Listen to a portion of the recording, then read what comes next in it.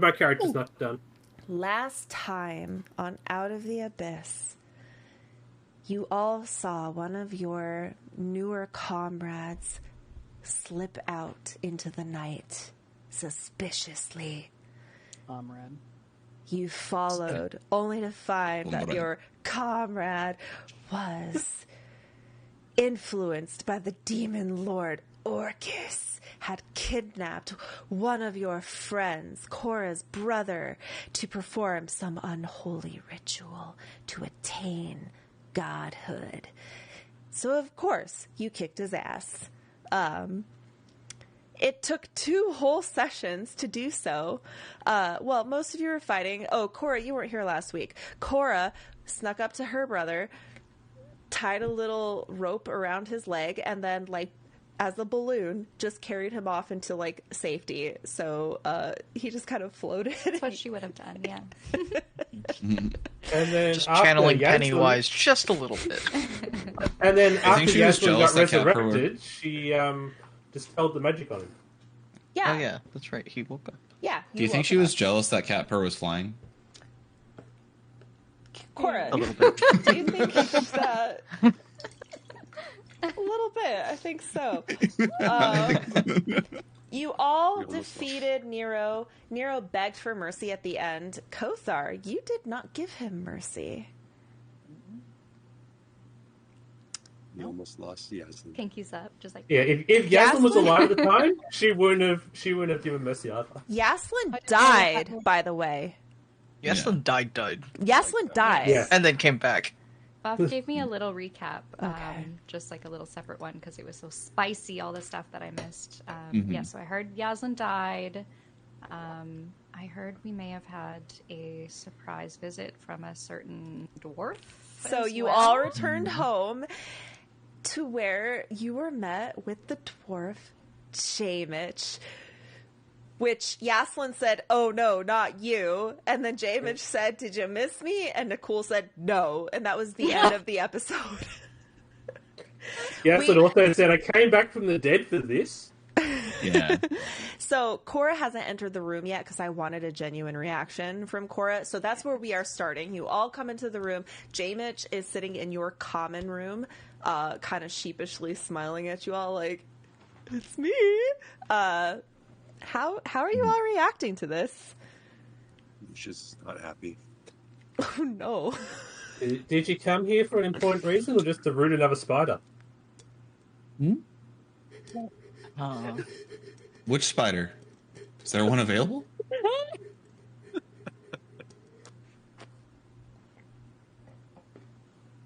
Well, don't all speak at once. Cora, I don't have the mind to you deal walk with in you and right you now. see Jamich. Well.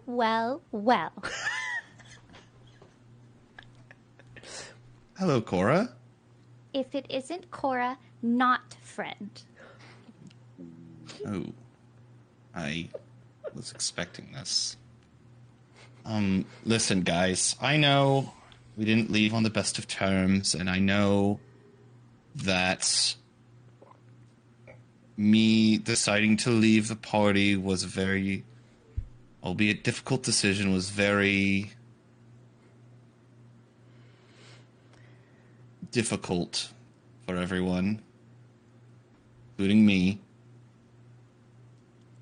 But I wanted to say that I forgive you guys. Get out. We should Nero him. Nicole says really loudly, "Get out." And you hear a voice behind you, Nicole. "Oh, I'm sorry. Is this a bad time?" And as you turn around, you see the elderly drow mage Vizeran standing there with his bodyguard Slad, Cleve, that's his name, Cleve, the black Slad, next to him, looking like, thinking that you said "get out" to him. Cora is going to repeat get out to him in Nicole's voice. he backs up. He's like, before I leave, I just wanted you to know I had more news about the demon incursion. I'll be in my chambers. And he scurries out, really embarrassed. The Slad following him looks at you all, and he just makes eye contact one by one to each of you before slowly turning, putting his giant axe over his shoulder, and slinking through the hall. Keep walking. Now, listen. I know we've been through a lot. And I know that I had... You don't understand the position I was put in. Don't understand the position you were put in. That everyone was put in? That That James everyone put chose us in. to come along with us? Yes. But... my family was in a very rocky place when I came back. Cora's. You refused to help her. Cora didn't have family. No, you didn't. Cora have family now? Yeah. And my family died. And I was trying Jamich not to even hold like on. Jamich dad. No, you're right. I don't. Catper looks at Cora like, oh, girl. But Yaslin says, clutching her chest, he was only dead for a few moments, and I know how that is. I think he he's was in the dead. hospital for weeks. Wasn't he dead? Just to recap. Yeah, but we revived him. We revived him, but he was like in a coma. Like he wasn't very stable. And as much as I dislike my father, I love my family. And when Haymitch went into the Underdark, he went into it with a passion for somehow finding a way to save our family. And I needed to carry that on. And while the decision was difficult, I am sorry. And it's very hard for me to say sorry.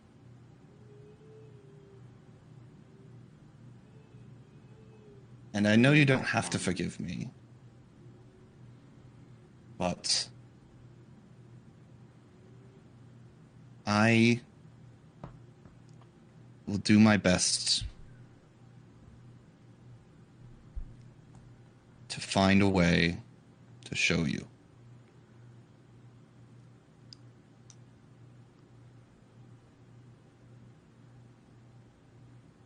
A little cricket starts chirping in the corner.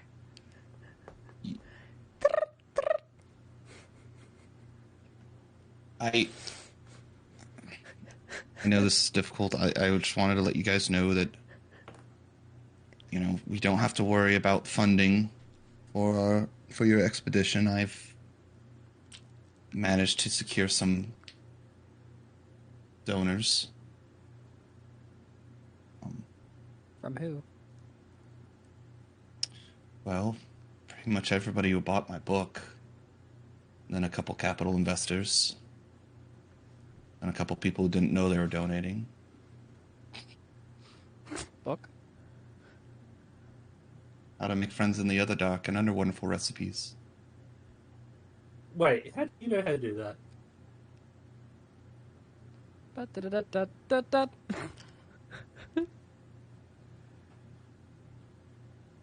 I'm gonna let that slide because you have the best fashion sense out of anybody here.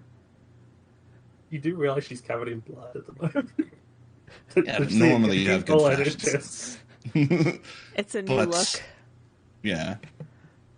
I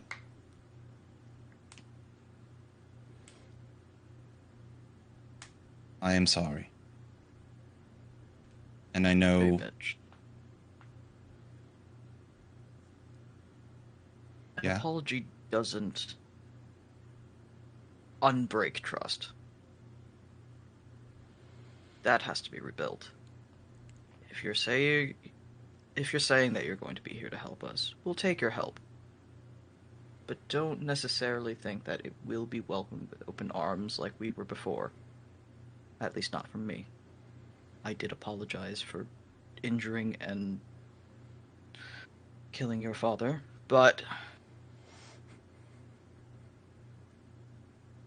if we don't deal with this, everyone's family is going to die. Why do you think I'm here? That's what I assume you're here to fix. I don't think your money fixes things. Doesn't hurt him. We will take your help. But I will not trust you. Fair enough. You all hear an obnoxiously loud sneeze coming from the hallway outside. And you realize that Vizeran is still standing outside waiting to talk to you. And then you hear it. Oh, shit. Goddamn allergies. What do you need to tell us? Is your little rendezvous complete, I hope? To be honest, it went better than I thought. So yeah. We're not allowed to kill here. I am a little bit too tired to shove your head into the floor. I am grateful that you are tired. I was just coming to let you know that I'm heading back to my tower, Orage, in the morning. You have the gem that will take you there, I presume. I've found all I needed to find here, and I'm going to prepare the ritual required to defeat the demon lords. If you want to help me and speed things up, please find me in my tower as fast as possible. Otherwise, I will continue without you. Anyways, it was nice meeting you all, and, well, I don't know you, and he looks at J. Mitch, but you seem to know these fine folk. Anyways, I will hopefully see you at Arash, and he bows, deeply, and then turns to leave. Again, his Slad bodyguard following him turns and looks at all of you, and his eyes meet all of yours one by one. It's very piercing and unsettling before he turns and follows his master. Stop that. He does not vocalize anything at first, but as Cora says, stop that, he stops and looks back at Cora. He looks at you long and hard. And then, Cora, you hear a voice in your head telepathically. Only Cora. What does a perfect world look like to you?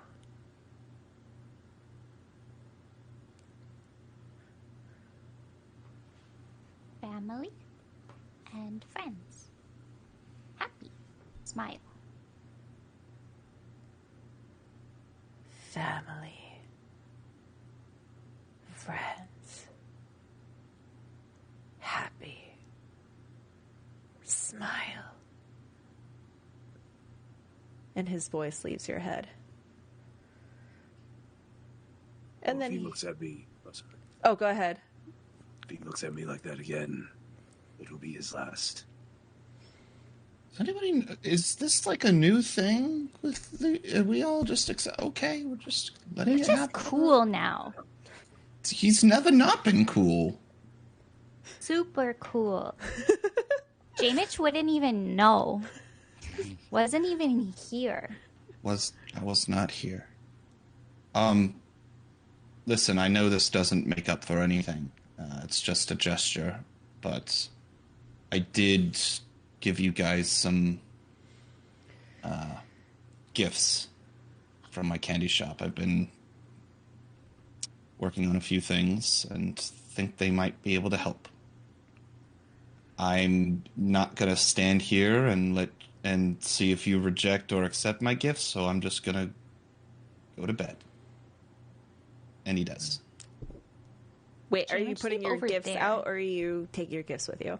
They're already out. Okay. They're like out on a table, and I- I'm just like leaving the room with them in there. Okay, I know what the gifts do, so I'll explain. Yeah. Is there like a separate, shittier part of the place that we're staying?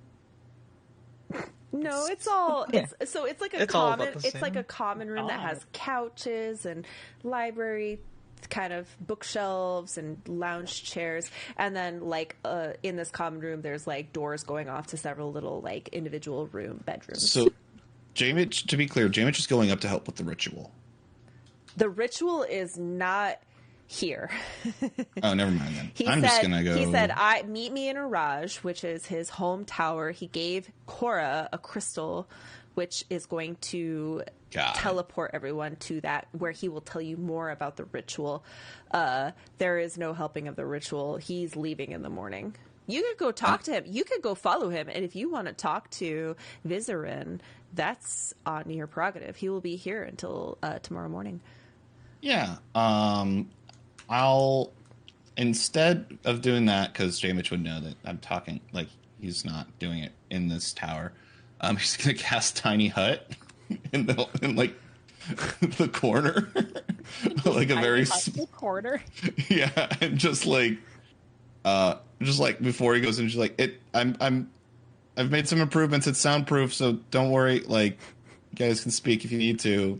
Is it visible Why would to we? us? Why would we trust that? You just saying that. You can come in, and then like I can yell on the outside. That's awkward. I'm just letting you guys. I'm trying to. Okay. Can we see the tiny hut? Yeah, it's opaque, which means you can see it. What does it look like? How would you describe your tiny hut? It's definitely Halloween themed because that's the season.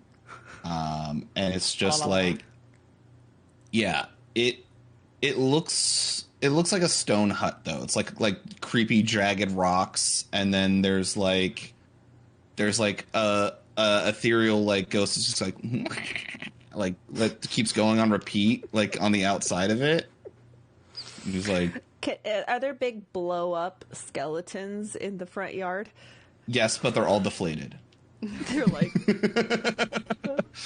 He hasn't set them up to inflate yet. I'm gonna say there's like a really nice sort of like stone walkway that leads up to the front door, and Cora's Absolutely, gonna go yes. over and like kick over some of the rocks and like make it look shittier, just like out of place, just like mess it up a little bit, oh no.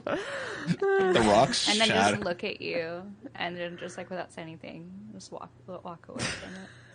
Cora, before you go, I have these 2 items for you. If you don't want them, share them with your brother or someone else.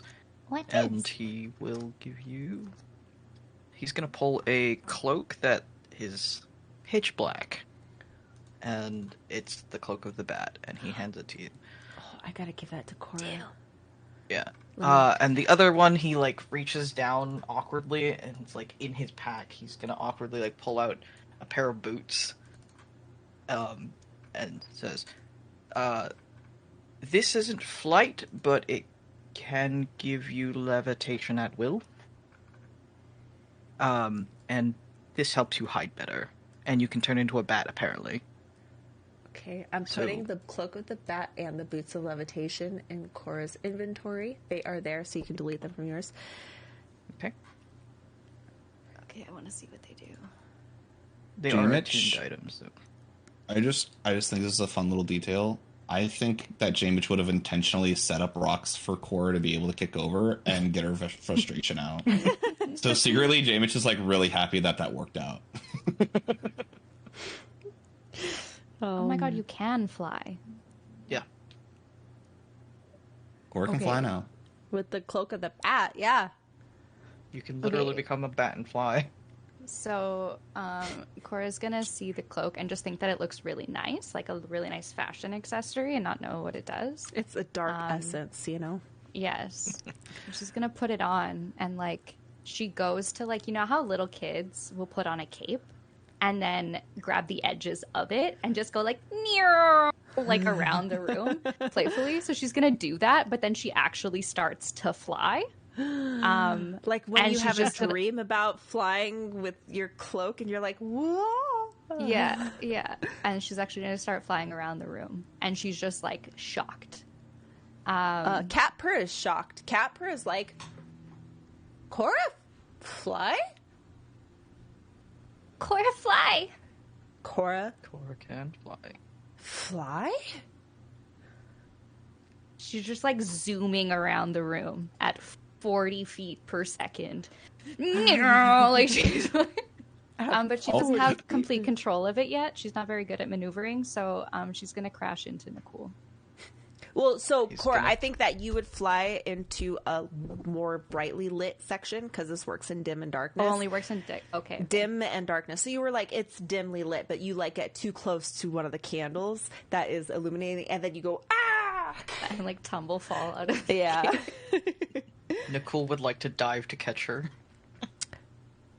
I'm sorry, when my internet DC'd for a few moments, looks like it messed up your Oh, that's okay. brains. I'll fix it. Cora's gonna like climb up Nicole, give like the biggest hug and like a huge smooch on the cheek. Like your gifts, then. Aww. And he pats her on the head. Thank you, Nicole. Oh. I'm glad you like them. Cora love them. Cat Purr, Sure you look. use it well. I was just gonna show. I know they're technically attuned, but like just for funsies. Yeah, just for fun. She's gonna live. Cora? let Cat Purr go Cora, forever. fly. Cora, Cat Purr, fly. fly. Look, Cat Purr, fly. He puts it on his neck, coat, and he goes.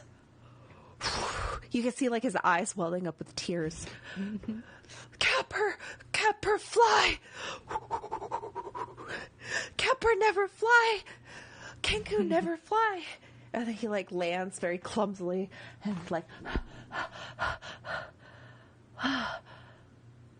Cora, magic.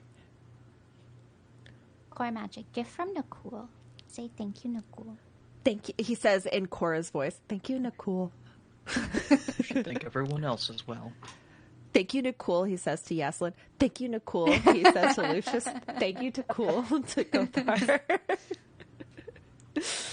He gives you back the cloak, though he kind of like looks at it and he goes, Yeah. Can borrow when you want. And for now, have this. And she's gonna let him borrow the boots of levitation. he fits them on his little claw feet and he's like,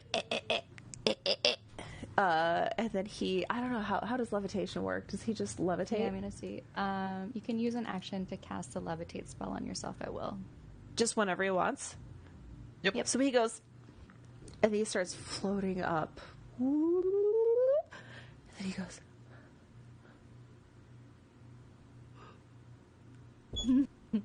Cat Purr, fly.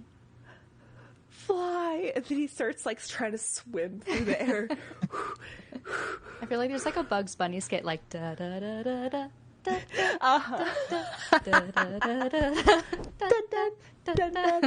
He's like, watch this, and he acts like he's walking off the ground onto a the cliff onto the air, and then he looks down and then goes, ah. Cat Purr loves it. We now have 2 flying Kenku, which is amazing. All right, before bedtime, are you guys going to check out J-Mitch's presents? Cora loves presents, but she's pretending like she doesn't care. So she's sort of like, There's a they're, bag like, over there on the She's coffee just, like, table.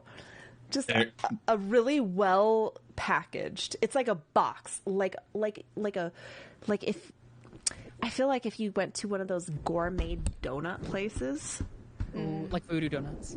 and it's like the gorgeous packaging, the box is super colorful, really pretty. There's like a bow on top. It's just there. It smells really good. We should probably check out what Jamich brought. It might kill someone if we don't. I'm gonna go to bed. And you see Lucius kind of like wince in pain as he like stumbles out the door, and you see like a puddle of blood from where all the Hokor like stabbed its like claws into him. Oh no. Lucius, wait. I'm not interested in this present. Wait. She's gonna cast Aid on you. She's gonna give you 5 hit points. Just like she's trying to see a band-aid just help. Yeah. He turns around just like, thank you, Cora. Lucius, remember when found egg? Lumi egg? That is a moment I will never forget. And was fun to find treasure? Yes. What if pretend Jamich present treasure?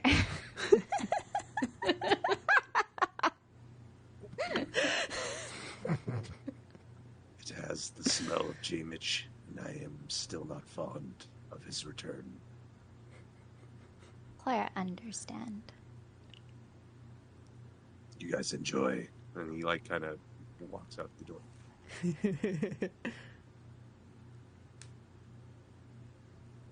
Nicole will also head off to bed, but it conspicuously seems to be a different room from where he was originally staying with Kothar. Drama? Tea and drama? Okay, Kothar. Kothar want present? I suppose we should see. Yes. Go do it. Hopefully nothing's going to kill anyone. Kothar walks over, and as much as Just kidding. everyone's... he's like, fireball. Yeah. Immediately. As much as everyone's like really hesitant about Jamich like coming back, Kothar seems very nonchalant, so he just kind of walks over and just opens it. You open this beautiful box, and inside is an assortment of the most delightfully decorated chocolate fudges. Can I say what they look like? Yeah. Go ahead and describe them. Maybe not chocolate fudges, whatever you want them to be. They're gonna be like hard rock candy, because that's Jamish's specialty. But they're all decorated for each of your own like style and personality. So like Cora's is extra shiny and bright, and has like a little bit of feathering on the sides. It kind of looks like it's a little bit soft, and it has like a little beak coming out of it. Lucius's looks like a dragon, and it has like, you can see like the detail that like the scales are etched into it as well, but it kind of just looks like a dragon / dragon egg shape type thing. Kothar is it's a sword, and it's a mace, and it's a shield that are like leaned up against a stone type thing, but it's in like the colors and designs that you would have for Tamara.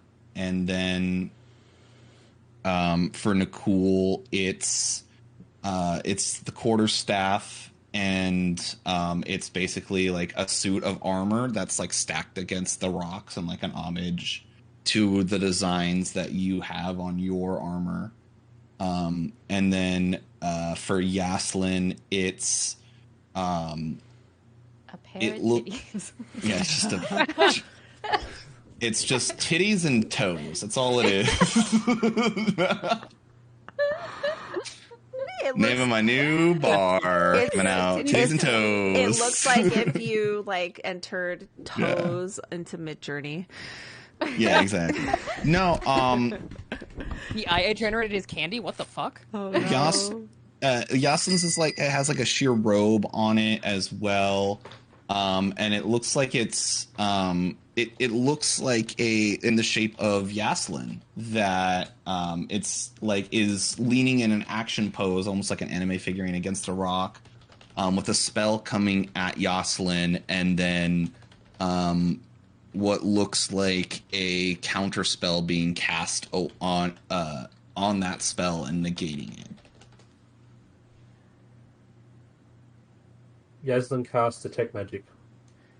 You detect these treats are quite magical. Thanks for the tip. Hi. Hi. Scarlet64 just tipped me $5. Thank you very much, myself. That is very kind of you. The magician played this card. Oh, everyone Hydrates hydrate. Point. Thank you for using your hydrate card. Also, 5 booster packs are available on my stream loots. Go grab them. Thank you, Daddy Quiznos, for donating that to the Reminds me, whenever channel. I drink, it reminds me of stickers. Hey, Scarlett, do you have a second to tell me about your stickers? I don't have my cup right here. Guys, No. I have just released 2 sticker packs. I just got my second sticker pack. I'm so proud of them. They are so cute. Yeah, that spot is going to be for them. It's for your stickers. Also, to my Omnibus cast, I would love to gift you stickers. I will need your addresses, though. Yeah, I'll send it. Canada is going to be hard, but I do have global stamps. I'll have to send it like without a tracking, so we'll figure that out. But yes, you can go to scarlet.com, SCXRLET.com, or to my Etsy, and you can get stickers. They're super cute. They're my original artwork, and I love them. And when my first batch, I sold out in like 3 hours, so that's how cute they are. Anyways, They're going to cost you to send to Australia. Isn't that going to be a lot? Elephane just tipped $5. Hi, that's not Elephane. That wasn't me. That's an impersonator. An imposter. We have an impasta. They impersonated me, and then they impersonated Elephane. Shapeshifter in our midst. All right. You see these magical. These are magical. Do you have Identify? I don't think so. Jaimich Jaimich does. does. Well, until Jaimich tells you. There's an inscription on the box. Okay, the inscription. he would have made it very clear what they do. Oh, look at Lucius has my sticker. So cute. Yeah. I still have to send Is him. that the pumpkin spice? That was the eggnog. Eggnog. So the new ones that came out include tiramisu,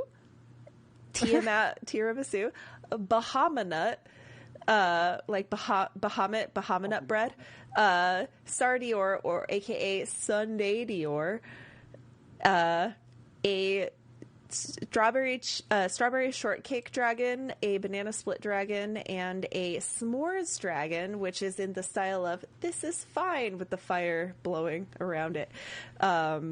Wait, Forbin, sorry, in the chat. Were you trying to give inspiration and you were typing in who you wanted the inspiration to go to? I think that's maybe what happened with the donations. That's such a cool way to do it, though. Yeah. Like, I know it was accidental, but that's actually like a very cool way of telling people who you want inspiration. Yeah, There we go. Okay, I figured it out. Ellie, you are gonna get a Thank you. Ellie, you get a +2 to your next roll, and I get a +2 to my next roll. So you watch out. Forbin, thank you so much. Yeah, Bahama nut. Bahama nut. Bahama nut. Okay, the inscription basically explains that the consumers of these treats will get the effects of a haste spell for 1 minute. Ooh. It's a They're all the sugar same. rush. Yeah, all of them do the same thing. Mm-hmm. Oh, I thought never mind. Look, I got you.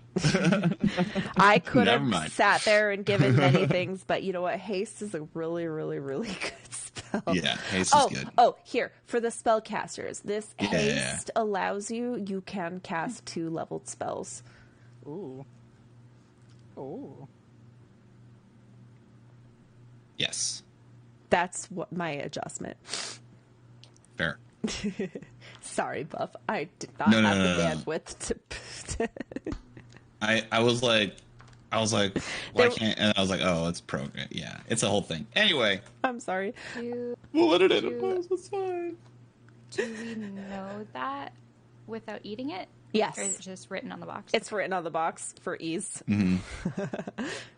It says, these are very sugary treats to make your sugary feet move sugary fast. And you all Does know. it look like the? Does it look like Buff's Jamie's handwriting? Obviously. Yeah. I don't trust it. Yaslin's gonna leave and get her a room. Okay, Yaslin is foregoing the free haste buff. Cool. Okay. Cora's gonna take hers. Yeah. Well, okay. Since, okay, Kothar will have. Kothar's like looking at his own like kind of rock candy in his hand, and he says, "I think I will," and he'll like put it in a little, almost at a Ziploc bag. No, it comes in He's like the mom that has the Ziploc bags, just always. It like comes in its own cute little like wrapper. Yeah, it's got a wrapper. It's in the obnoxiously loud, crinkly wrapper. Yeah. Oh, so you just hear. Cha-ching. Oh, I think I'll keep it. Yeah. Inspiration for everyone. All right, we have one more inspiration that will get to be claimed. Thank you so much by whoever needs it. Yay, public inspiration. Thanks, comrade. That's better Cora than is public exhibition. also gonna grab Is it? everyone's, not for the purpose of like using it herself, but she thinks that if she re-gifts them, that people might accept them because they didn't come from Jamich. So she's gonna hang on to them. That is valid. Cute, Cora. All right, are y'all going to bed? Okay, y'all go to bed. After everyone goes to bed, kind of like I guess like an hour passed, J. Mitch hears on the door. J. Mitch opens the door. It would creak, but he oiled it. It doesn't creak anymore. I oiled it. Kothar kind of like gestures in. And he says, "May I?" Yeah. Come on in. Kothar walks in, and you notice that there's he's holding like a small bottle of ale that he's borrowed from Nicole. Oh. Yeah. And he takes out his tankard of sobriety and like lets you pour the ale in, but it just like turns it non-alcoholic. Yeah, he.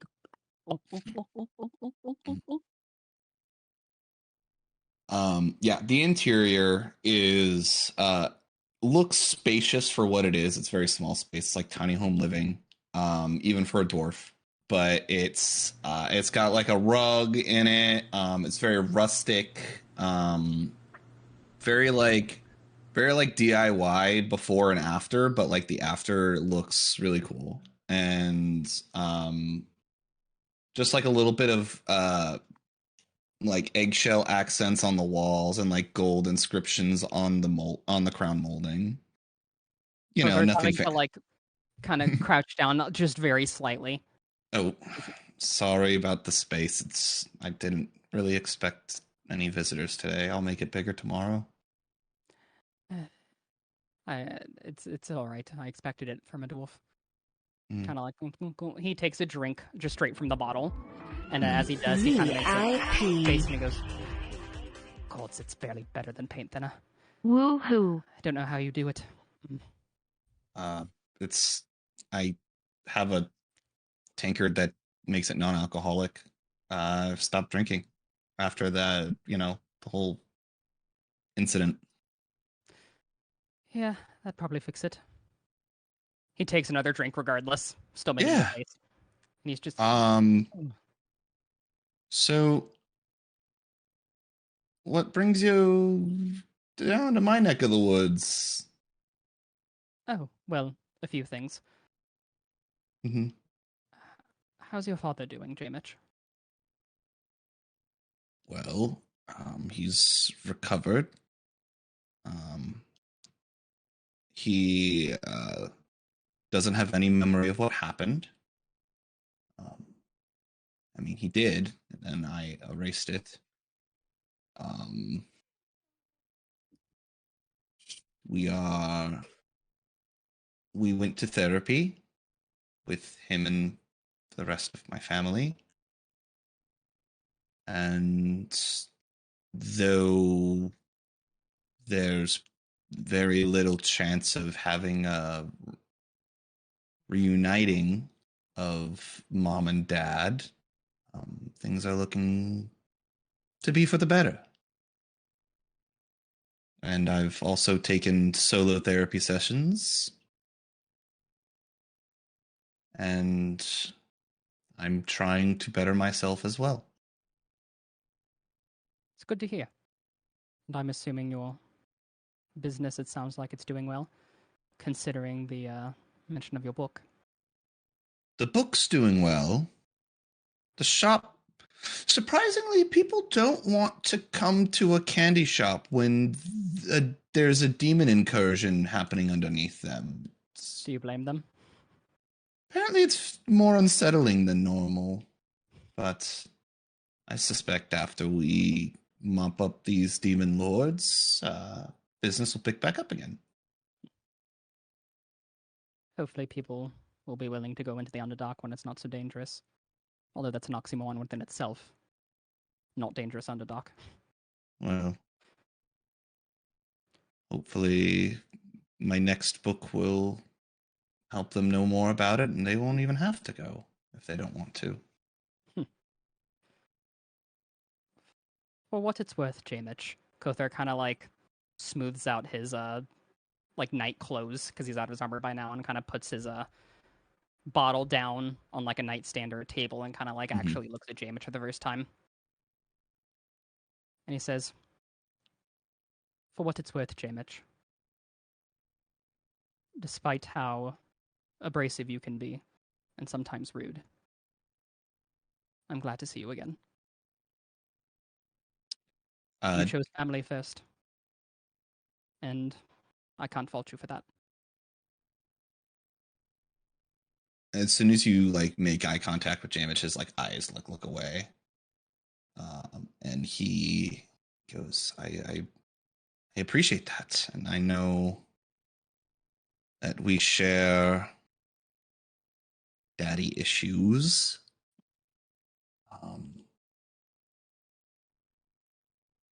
I'm just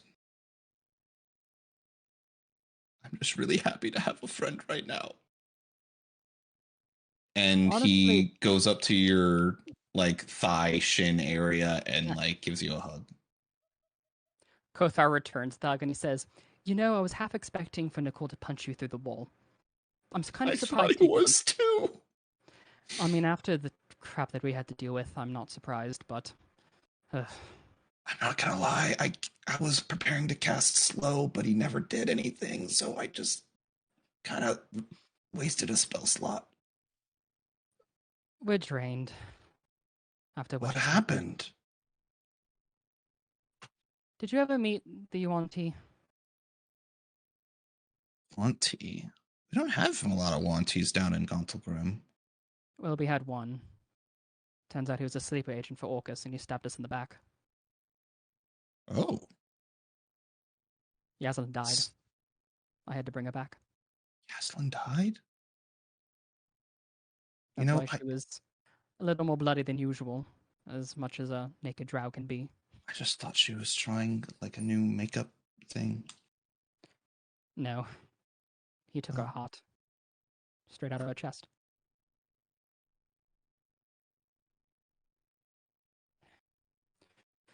I didn't know. Gone. And that's all that matters right now, but trust right now is a little fleeting between us. And as you can imagine, seeing your face has put everyone on edge again. So, Hear it from me. Mm-hmm. Don't take it personally. It'll take some time for things to be back to the way they were, if they're ever going to be. I don't think they ever will. I don't expect them to.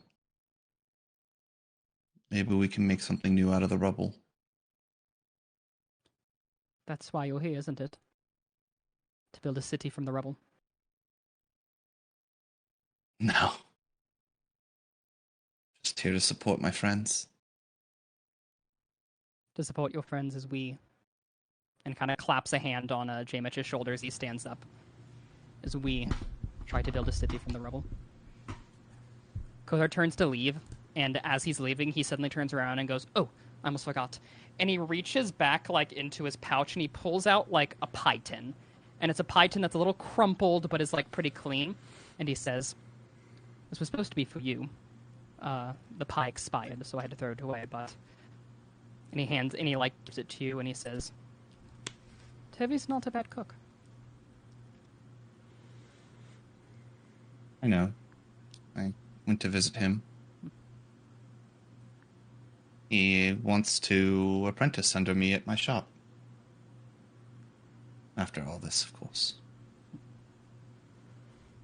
And I'm assuming I'll see him there?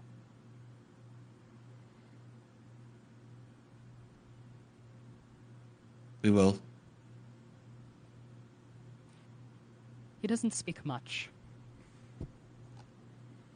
But the joy on his face is unmistakable. Jamich takes the pie tin and smells it. Smells like mold.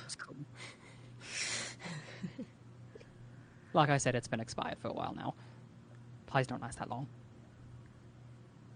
He doesn't speak with words. But he says a lot.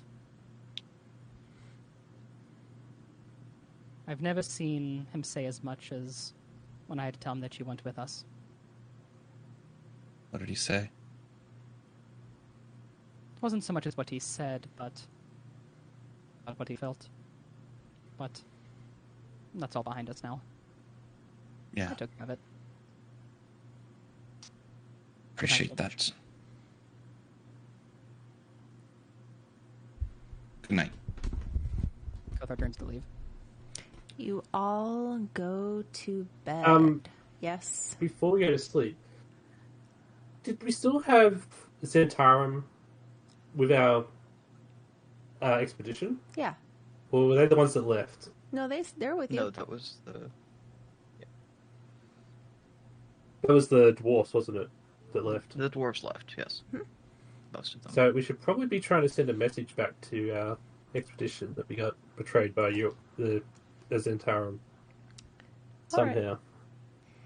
Right. You can... It's also Cat Purr's group. Yeah, I think Cat Purr would be, like, really confused about that and be like, not Zentarum, traitor. Traitor. Just Nero. All right. As you go to sleep, Kothar, you are racked with exhausting dreams. Again, come on. In your dreams, you keep reliving the moment that Nero begged for mercy and you denied it. Flashes of that mixed with flashes of you taking your oaths to Tamara, swearing to show mercy. There is a hole in the pit of your stomach. You feel like the power of Tamara pulling from you for betraying your oaths. But it's frustrating because it wasn't out of malice. It was for a good reason, right? It was to protect your friends. He betrayed you. He was going to hurt you.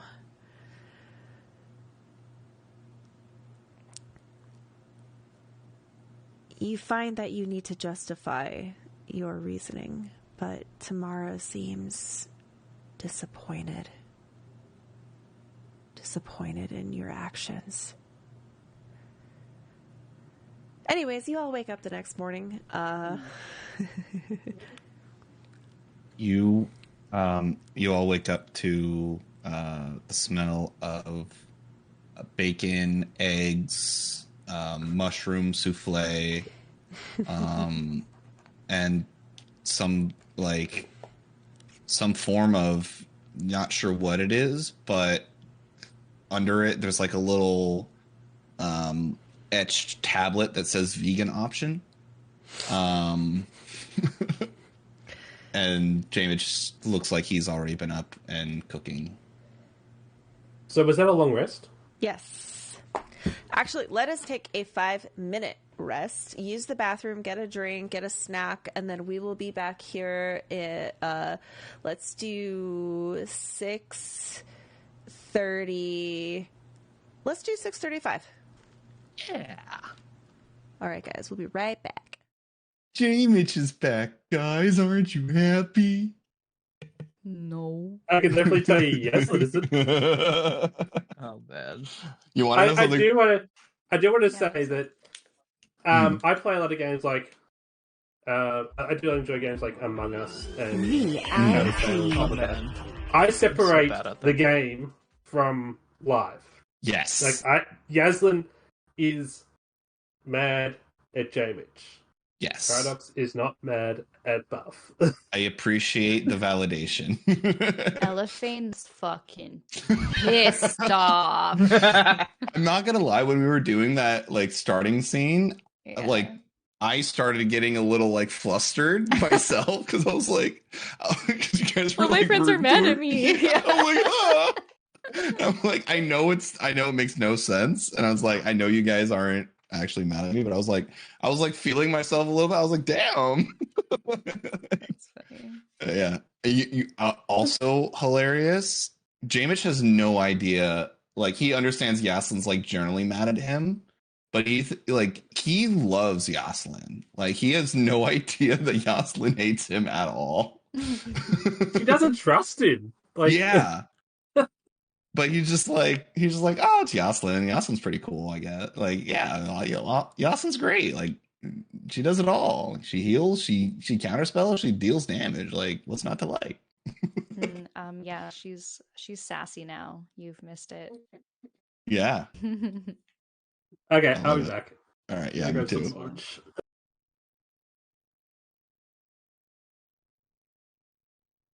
Why, hello, chap. Hello, chap. And Kuritsu. I'm a permanent fixture here. Thanks. I feel like Lucius should have been more violent in that scene. I didn't. Oh well. It's also fine because technically we just got out of a major fight, so he might just be completely exhausted. Yeah. Well, I mean, he did go toe-to-toe with Hokora, and that Yeah. did do some pretty big attacks on it. How much health did you have left? I had about 20, but I mean, in 2 hits, he took out 2/3 of my health. So, I mean, I'd imagine that is valid. Scary. I'd imagine the adrenaline was starting to wear off, and he was starting to feel weary. But that Slade or whatever the bodyguard guy just kind of had him on edge. Yeah. Yeah.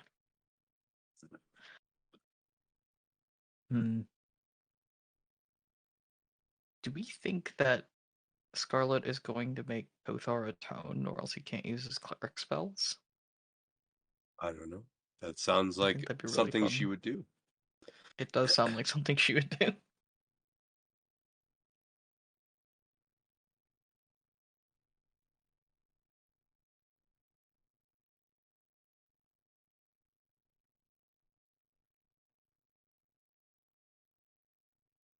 But that is a very interesting twist of fate, if it does happen like that.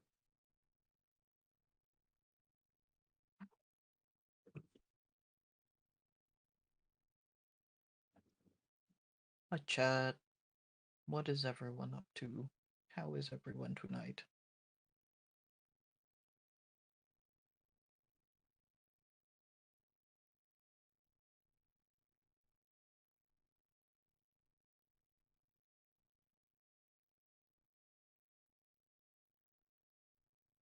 things I will never say in real life. It's your boy, Nicole. I'm kidding. Hi, Erudite. Well, I'm glad you're having a relaxing evening, Myken. And yes, Landshark. There has been talk of Uta Part 2.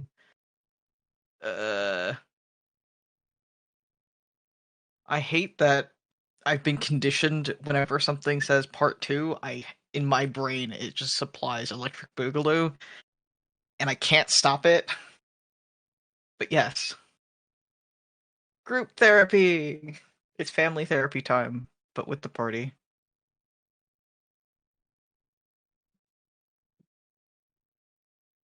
It's been an okay night. That's good.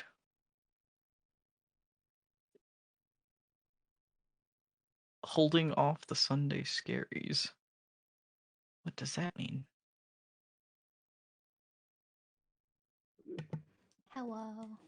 Hello. Hello, welcome back. I got candy. You got candy.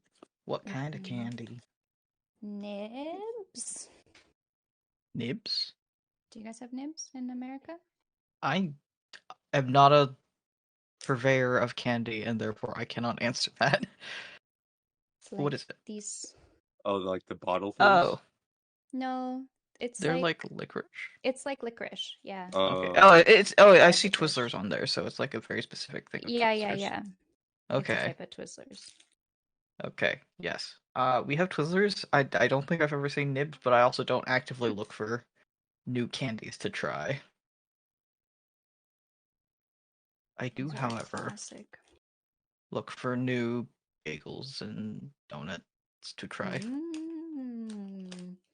Have you tried those like croissant donuts that they've been like virally like going everywhere? I don't think Oh, so. I've had a cronut. I've had a Yeah. cronut before. Me too. They've been around for quite a while. I still like cake donuts more than any other type of donut. Is that different than a cake pop? Yes. I'm pretty sure it's just like a denser donut. Yeah. I think the proportions make it more like cake batter when they fry it. I like donuts. Yes. Donuts are great. Blueberry frosted donuts. Mm. The one thing I haven't tried, but I've seen like kind of getting more Or- popular is like I think it's Hong Kong. They have like those waffle makers, but they're like those hollowed out The bubble mini things. ones? Oh. Yeah. Yeah. Oh. Those are I've fun. seen those. They're sort of gimmicky. Yeah. But I mean, they're fun to eat. Some cake donuts are yeast risen also. Oh, that makes sense. Interesting. Apple cider donuts? What's fun? Donuts. Yeah. Oh, donuts are always fun. Although, we bought some donuts the other day. They actually tasted terrible. Oh. How do you mess up a donut? I mean, you can have it underdone, or like even if it's overdone fucking without it raw. being. Yeah, that's the only thing. It just tasted weird, like they put something weird in it or something like that. I don't know. That's also possible. It was also like I'm a really cheap boring, though. supermarket one, so. I mean, the supermarket bakery stuff doesn't necessarily have to be bad, honestly. Like HEB here has pretty good everything. Oh, I don't mean a bakery supermarket one. I think it was just like a cheap supermarket one that sits there for ages type thing. Is it like a kind of packaged one? That has no reason to? Yeah, packaged.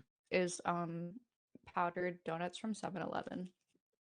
I've never had those. I can't say, There's but I could imagine them. Mini donuts. Is that the same as cinnamon donuts? No, powdered sugar. It's like okay. It's powdered sugar. It's like I love confectionery cinnamon sugar. donuts. we used to go to an all-you-could-eat place, and they had a donut machine that would just sit there and spit out cinnamon donuts. And yeah, it was delicious. Oh my god. Basically, one of the few things I liked at an all-you-could-eat place. I'm really boring when it comes to most donuts. I like either plain cake donuts or I like just the normal glazed donuts. I actually don't like vanilla Krispy glazed. Kremes. Krispy Kremes have, at least here, they have like a coating on them that makes me dislike them. Interesting. Krispy Kremes here, the common one is just the glazed, which I have no problems with. Well, I didn't have, like, it just tastes so different from other donuts, a lot more sweet or something like that, and I just don't like them. It could just taste like an American thing. That's Everything possible. is kind of fake. Oh god. I like there's a lemon poppy seed donut near me. It's very good. Sounds really good. It's like, yeah, I mean, donuts are like inherently sweet, but I find that when it's like the citrus cuts it a little bit, it's nice. It just reminds me when I was doing my I was just doing charity streaming last week, right? And one of the redeems I had last time I did charity streaming was a spoonful of Vegemite. And I have no problem with that. Another one of my redeems. Yeah, I could eat that. I could eat that like just non-stop, like nothing wrong with it. Another redeems I had was to eat a slice of lemon, and that was much worse to me. So someone redeemed eat a slice of lemon with a spoonful of Vegemite on it, and the Vegemite actually I couldn't taste the lemon at all. So, I'm one of those people that also people think I'm crazy because one, I eat tomatoes like I eat apples. Yeah, my grandpa. I just bite into that. them. Yeah. And then the other thing that people think is weird is that I will drink vinegar. I like to drink pickle juice. Pickle juice is I know, pretty good, vinegar. actually. Yeah. I know it's some like garlic will... vinegar. Pickle brine. Yeah. Need to drink a lot of water afterwards, but it's good. I know some people actually eat lemons like apples sometimes as well. I also like do that. More so. I think I've just conditioned my friends to accept that. I think it's a Tim Hortons thing, but I don't know if they have like maybe a Dunkin' Donuts, like a honey cruller. I don't know about that. It's a type of donut. I like crullers. It's my favorite kind. They're kind of like gooey in the middle and then like kind of undercooked, but like in a good way, if that makes sense. You know, like when you get to the center of a cinnamon roll and how it's like gooey and like soft, kind of like that. I've actually never eaten like a cinnamon roll. What? Stop it. I don't normally get that's cinnamon illegal. Things. That's not. I don't get it because I don't like super sweet things. That's but also crime. I can't taste cinnamon. You need. There to are more plead the flavors fifth right than now. cinnamon in a sticky roll. Yes, but the problem is that a sticky roll is probably really sweet, right? So I would only take sweet, and I don't like sweet. Okay, but as a child, you never had a sticky roll? No, we didn't get that. Wow. Okay. So learning a lot more than I want to know about you right now. Yeah, I'm just saying. As soon as Yasmin's back. Sorry, I'm I'm late. here. Oh, you're here. You're a screen star. I'm eating lunch, so I thought I'd keep the camera on while everyone was That's going fair. anyway. Okay. Oh, I'm watching my baby be put down for bed. Okay.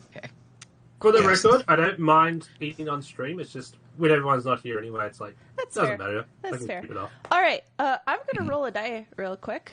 Let's see how many of you are there. 1, 2, 3, 4, 5, 6. Okay, I'm gonna roll a d6. Da da da. You're all asleep right now. Which one of you dies in your sleep? Completely unrelated. This is a very, very random thing before we start. I discovered recently that the younger generation does this motion for phones. Yeah. And not this. Yeah. Yeah. That's so Why? funny because it's a phone. Now you know. No, because they're shaped this different is a now. phone. Yeah. They're shaped different now. This just looks like I'm gonna slap myself. Right, hit yourself. No. Yeah. Okay. Stop hitting yourself. Lucius, I did not know that. Yeah. you are Now we sleeping. know. And in your dreams, you are in a place that in your heart is the most idyllic, perfect place. Can you describe what that looks like? It would be a clearing out in the Feywilds surrounded by a forest of trees. Lucius is kind of sitting on a fallen tree log, kind of interacting with like animals around him, enjoying the sounds of nature and kind of like the sunlight basking on his fur. All right. As you are here, you see the little animals coming over to you, accepting little offerings that you give of nuts and maybe pieces of bread to the different wildlife. And you look around, you look at the beautiful forest in the Fae, so vibrant in color, like a rainbow kaleidoscope. The sky is clear with gorgeous, huge, billowing clouds reflecting light. This is paradise in your heart. And you take it all in. And you feel like you wish that you were back here. You wish the whole world could be like this. And as you soak it all in and you kind of gaze into the woods, you are met with a pair of orange, beady eyes kind of staring back at you for a moment. And then your dream fades and you all wake up. It's the next morning. Vizeran has left. And you are all faced with your decision. What will you do next, and where will you go next? A couple of days ago, I knocked on Teardra's door and I gave her that spell gem of teleportation and asked her to trace it. Yes, she is going to tell you. Actually, let me pull out my map.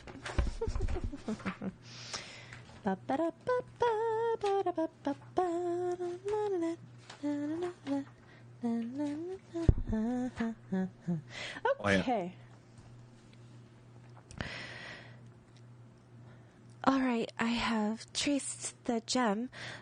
It seems like this is in an area a bit north of Blingdenstone and much more north than the Dark Lake. It seems to be, according to my research, a little bit northwest of Menzoberranzan. Maybe about, I would say, 50 miles north of Blingdenstone and 50 miles south or northwest of Menzoberranzan. Do you know if there's anything in that area? Like a town or a clearing or a cave? It seems like this area is uninhabited as far as all my maps show. I don't see anything marked, though I do notice to the west a region. It seems to be called the Worm Writhings. It's like a purple worm breeding ground. I don't know what a purple worm is, but I don't like that. A purple worm is a gigantic worm that eats people. I absolutely don't like that. It's just the closest landmark to this location. But no, it is probably the closest settlements on any map I've seen is Menzoberranzan and Blingdenstone, though it's far enough away that it seems to be secluded. wherever this gem takes you. I really... Call me hesitant. Call me... What's the word? Cautious, but I don't trust an old drow mage from Enzo Brenza, no matter what he says. Is Cora around, or is this a private combo? I mean, I figured they'd be talking at breakfast. Oh! Cora's gonna repeat in the Stone Seeker's voice. Vizeran, do not trust him. He points to Cora, and especially if the stone giants say it. I agree with you, Kothar, but we don't really have any other leads. Just because we don't trust him doesn't mean we can't see what he has and possibly stop him if he's doing something bad as well. How long would it take for us to get to there on foot? It's about... Oh...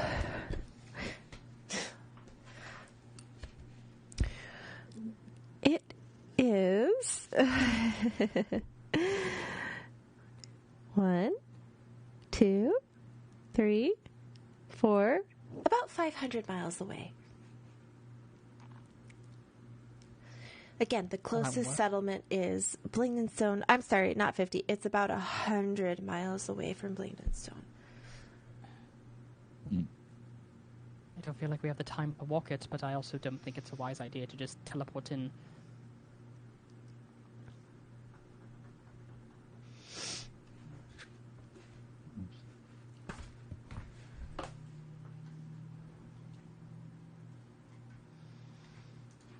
Actually...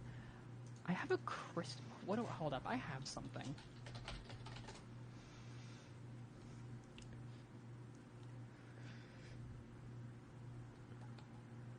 I have a... Where is it? I have a crystal... Ooh, okay.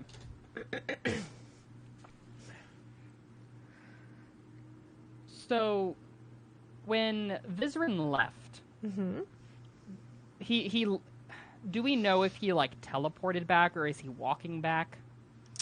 Do we know? The fact that he handed you a teleportation gem to the vicinity of his location, you can deduce he probably teleported back himself. If it's a 500-mile walk, why would a great famous wizard just walk? Okay. Is he that famous? Can we do a history check on him? He told you who he was. Mm-hmm. Yeah, doesn't mean he had to have no background on him or stuff like that. Or find him in a book here. So, I have something I've never used before, but this might be the time to use it. I have a crystal ball of true seeing that allows me to cast the scrying spell. And whenever I do so in this way, I also gain true sight. Okay. What does that mean? How do I ping? Basically, it summons a little orb direct that follows him around that I can spy on him. He's not... Assuming that he fails his saving throw. He's not here anymore. Yes. So it can follow... It doesn't matter. It's anything on the plane. plane. It is anything on the same plane of existence. Oh. Hold up, I have it in the declared spell list. I'll just ping it.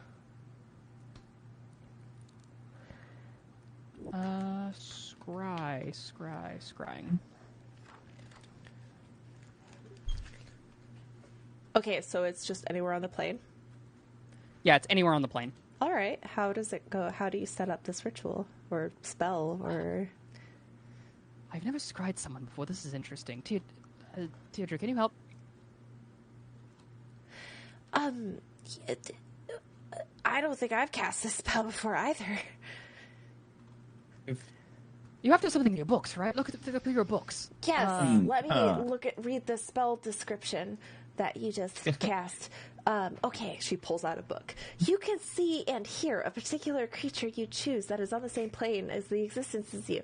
They make a wisdom save, which is modified how well you know the target, a sort of physical connection you have to it. If the target knows you're casting the spell, it can fail the saving throw voluntarily. Cora's gonna give the gem that Vizeran gave Cora as the physical component connection. Oh. Landshark X played this card. Kothar. So with that, we should take the body part of these. Ooh. Okay, so would that count as a possession or garment, or a likeness or picture? We've also just met the guy, so yeah. So really... essentially, so there's two difference. So depending on how well I know the target, he has a bonus to his save, which, considering I have met him firsthand, but I don't know him incredibly well, he would get a +0 to his save. But since I have a possession or a garment, he would take that penalty to his save. Okay. He can also voluntarily fail. Yeah, that's true. If he knows I'm casting it. But he doesn't know that I'm casting it. Unless he does know, because he's scrying on you right now. Uno reverse. Man. Okay. Give me a description of you casting the spell, and I'll tell you what happens. Okay, I'm going to kind of like set up, I guess, kind of like in the corner, and I have like this crystal ball of true seeing that's kind of like floating there, and I'm kind of like reusing some Tamara things, just reusing it, and I have like basically like a bunch of candles kind of like in a circle, and the balls in the center kind of floating above it, and I'm doing that typical with your hands like on the other side of the ball. You close your eyes, the ball's levitating, you're in your mind's eye, you see like a cloudy ethereal vision. It's like zooming through a great distance because your target has moved quite far from you. As you assume you are about to approach a vision of your target, instead you see form before you a great door, like a curved round door with a big knocker on it. Like it's inviting you to knock. You cannot see past it, which is surprising for you. You figured you would be able to see this target, but something is blocking you. Of course. His tie was protected. Do you knock?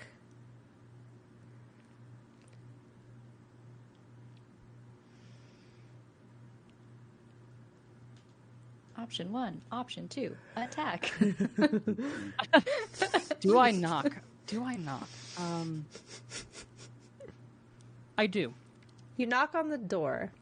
For a minute there's silence. Slowly opens, and you see into what appears to be a privy.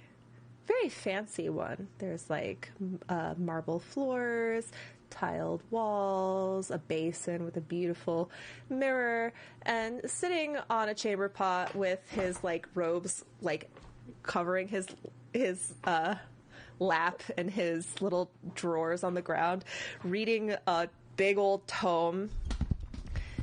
You see Vizeran sitting there. And then you hear him say, "I know you're there, Kothar. My tower is warded against such divination. You only see me because I allow you to." He doesn't make eye contact with you because he doesn't know from where you're scrying. But he just kind of sighs and looks up and he says, "Are you having trouble finding the tower?" Am I actually able to communicate with him at this point? No. Just so you know, that gem will take you about 10 miles away from my abode for safety purposes. You can follow the tunnel straight. It'll lead you right to there where my apprentice Grin will meet you. There's no trap here. If I wanted to kill you, I could have already done that before. I have no interest in ending your life. I only have interest in collaboration. Now, if you'll excuse me, I have breakfast to pass. And the spell ends. You found him on the dunny. As Kothar comes out of it, he just has this 1,000-yard stare on his face, just... You're like, I didn't realize scrying could be so intrusive. I suddenly hate this spell.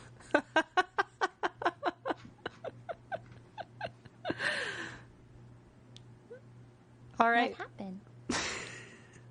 You suddenly hit what spell?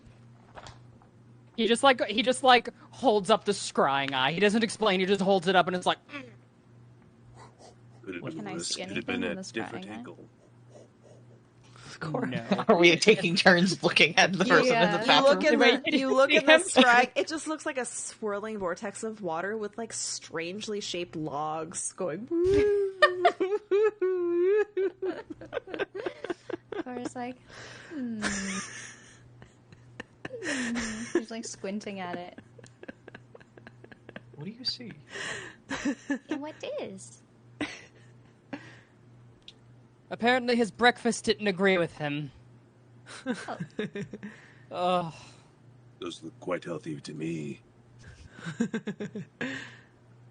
So is Vizeran good or? Well, considering what we know, he's bad. But I don't... Can I insight him? You can recall, but because you're not currently in conversation with him, and it's going to be a little penalized. Yeah. Don't forget, you're blessed. Oh yeah, what does my Spirit of Wisdom do? You have a D6 that you can add to wisdom checks. Cool. Okay, here we go. Guidance, rather. Wow. I rolled a 3. He's definitely shady, but you don't get the sense that he has anything against you guys. Any sane person would not want the demon lords to be running around in the Underdark, especially since he lives here. So we're assuming he's sane? Look, considering that we're pack. fighting the demon lords, look, ethics aren't really a luxury we can afford. We'll take what help we can get. It's not exactly the ethics I'm worried about. It's the knife that's been in our back recently and our last run-in with the drow. Cora pointedly at the tiny hut. I trust outside. I trust Vizeran more than someone else here.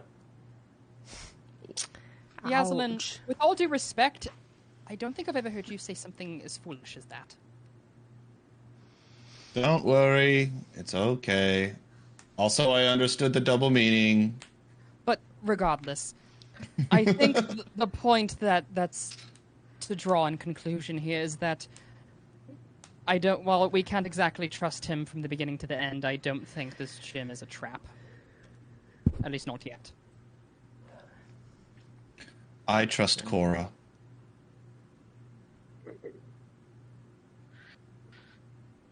If he betrays us, we just kill him. He's a powerful mage. It's going to be very hard to kill a powerful mage. It's not going to be a cakewalk. Let's not forget Cora strong. Cora? Very strong. Cora strong. Cora strong. And then Capper starts floating up. Levitating.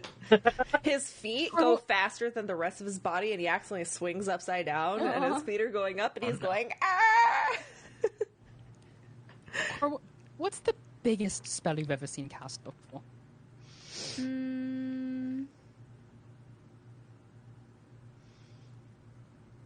What's like the biggest spell that you've cast? There was one you did something cool, like the fucking Dawn. Yeah, that was fucking cool.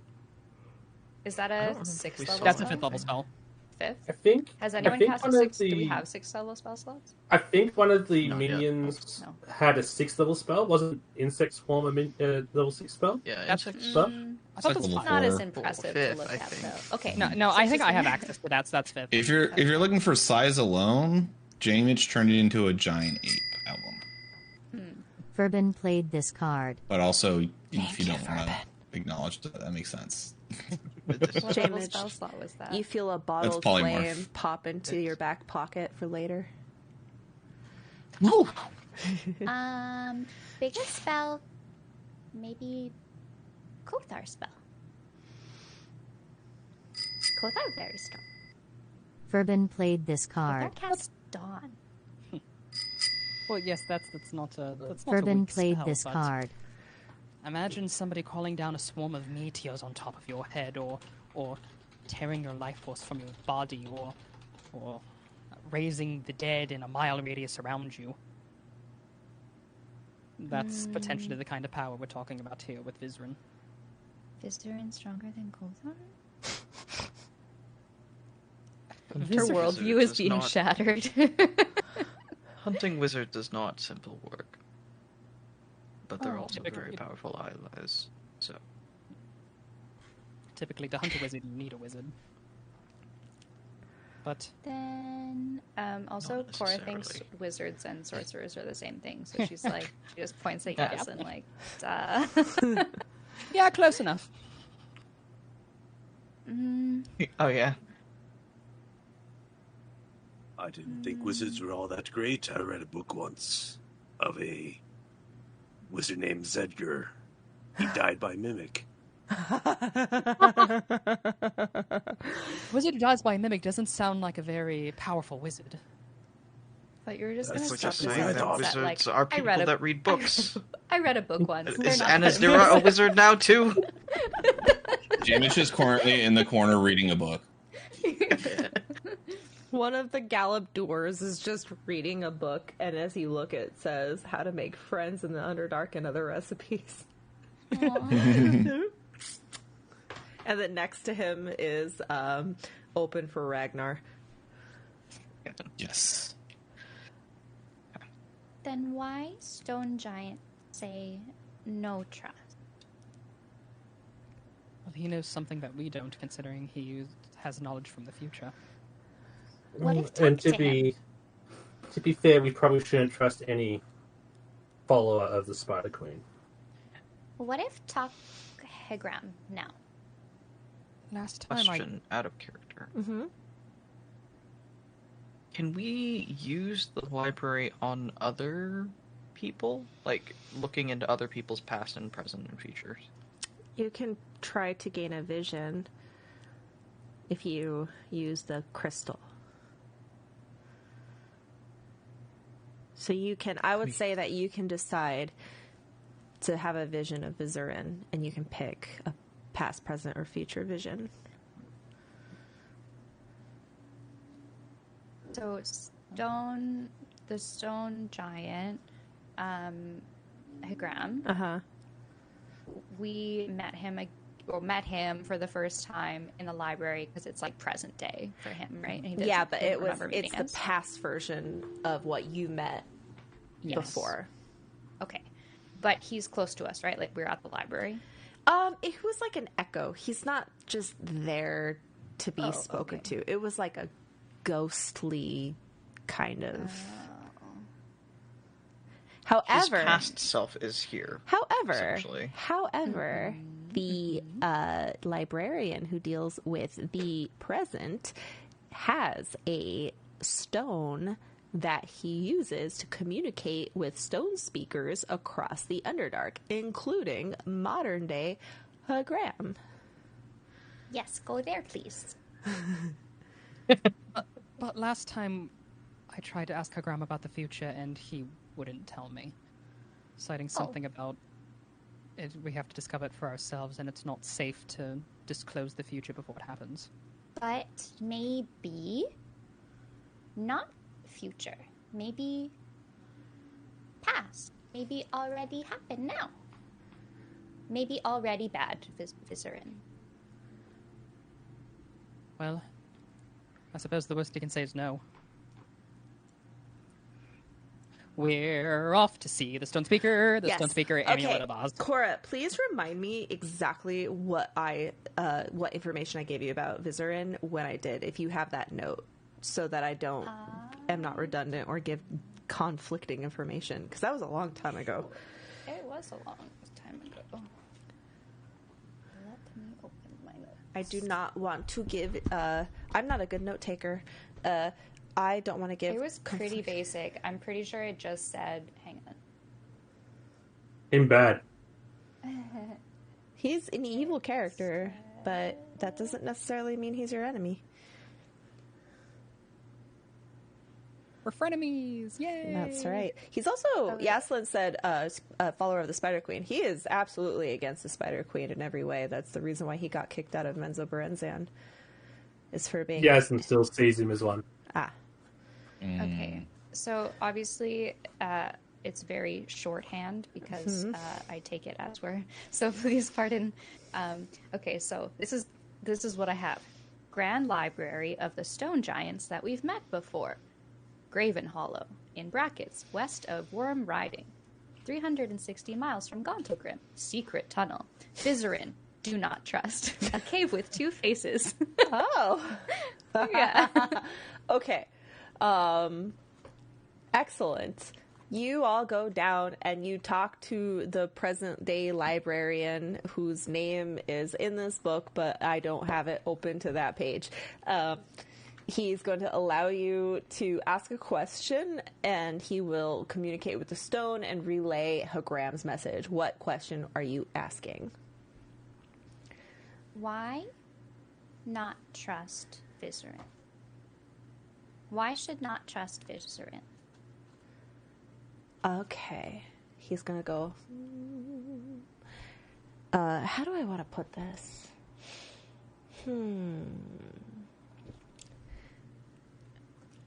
Vizeran, Archmage,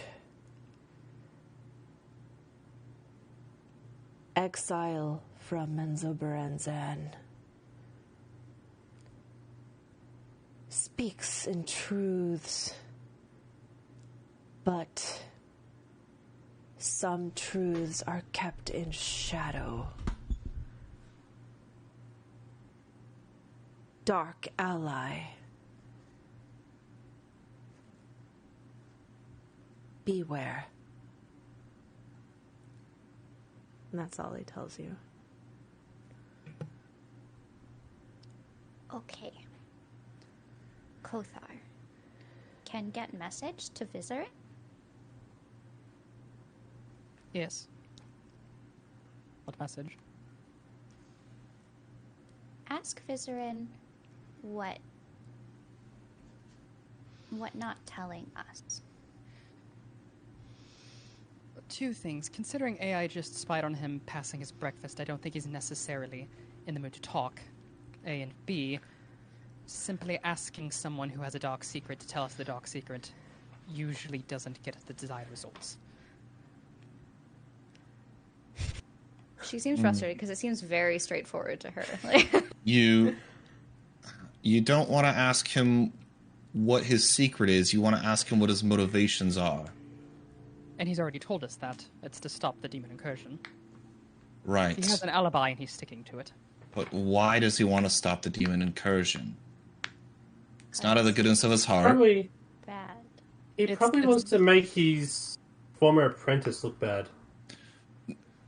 Well, What I'm saying is it's called reverse interrogation. We go over to him. We get him to ask us stuff about ourselves, and in doing so, he divulges information about himself without knowing he's divulging the information.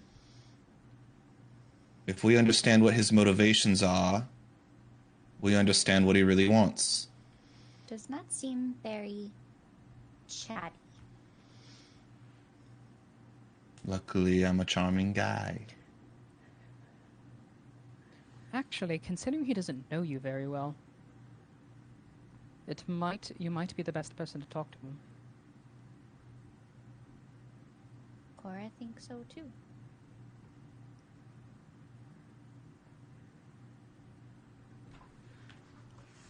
Okay, go. I don't have the stone. Did he say where the stone would take us? Is it directly to his tower? He said about 10 miles outside. We have to go under some kind of cave system, some tunnel. Cora's gonna take the stone back from Kothar and just whoop, whoop, and give it to J-Mitch. Oh. Thank you. And he does the things that he needs to do to teleport. Are we teleporting the party or just me? So you instinctively understand that you will place the stone on the ground and put some of your power into it, you like trigger its magical tendencies and take a step back, and it kind of like bends the light and creates a big round portal to step through.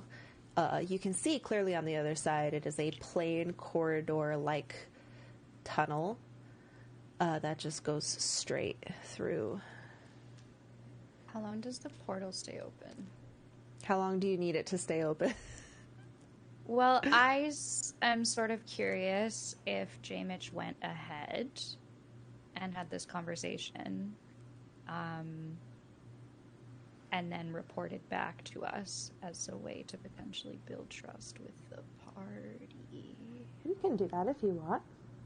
But I don't know if it's like, if the portal's gonna close, then I think we would all go. You It's realize just a teleportation stone and not a portal stone.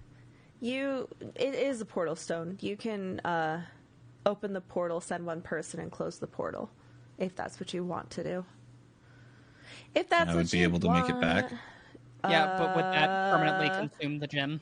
It wouldn't consume the gem. I just don't know how Jamish can make it back. Yeah. Do we want it to come back? Couldn't we just open it? Don't you have sending, J-Mitch? I have sending. We can talk to each other through sending. It goes, if it's not a set the location, same. we don't open it where is James is. You would have to travel divination? back 10 miles. Sending's evocation. It is? It is? Apparently. I don't fucking know. Sending. I'm looking at it right now. Saying it's evocation. It makes sense. It's evocation. Wow, okay. Yeah, sure. That is. Interesting. Okay, because divination magic is kind of blocked. Every time.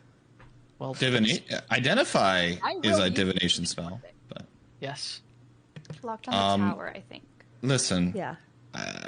If you guys want me to go alone, I will, and I'll find my way back again. So we're sending the person that Vizeran doesn't know, but also has no idea what Vizeran talked with us about originally? Yeah, that's the You should all just go fill through. me in. You should all go, like, follow the breadcrumbs and go through the portal. We should just go. I have a vision. I have a divination vision. We should all just follow the breadcrumbs and go. You guys should I just. don't think we could. It's easier to just go. I thought. I don't see any point in just seeing Jamish anyway, because I don't trust it. This part of the quest, which should have taken 2 minutes, is basically taken an an hour. Once again, doors are the worst enemy in D&D history. It's a magic door this time. It's though. just a magic door, yeah. It's still a door. Listen, All right, I here we understand go. trust is low. I'm following everybody else's lead. But if we don't trust him, then we shouldn't let him out of our sight. Yeah. So I vote go with Jamish. Yeah. I agree with Lucius, and I walk through the portal. Okay. Lucius follows quickly. We're all going. Go through the portal. It closes behind you. We're all in this together, guys. As you're like holding the gem, you still hold it like you're holding the stone that created it, and it just glows faintly in your hand. It feels like it's pulling you down the road. The portal closes behind you. The stone actually, like, little lights kind of like start to appear on its surface, and it almost looks like a little map that's like moving with you as you walk, kind of like a mini map in a game. Yeah. GPS mini map. Yeah, it's a GPS mini map. Very cool. You travel through this little cavern or this little tunnel for a little while until you see the map has a little smaller fork that comes off the side, and you look, and as the stone in your hand comes near that section, a little outline of a door appears on the tunnel wall. A soft purple light outlines the word Araj, which, Yaslin, you know that word to be the Drow word for vengeance, across its surface in like an elvish script, like a spidery, like, spelling. It slowly, as it's glowing, and the closer you hold the stone to it, the brighter it glows. and you find that if you touch the stone to the door, it shines and then fades, and the tunnel is forward.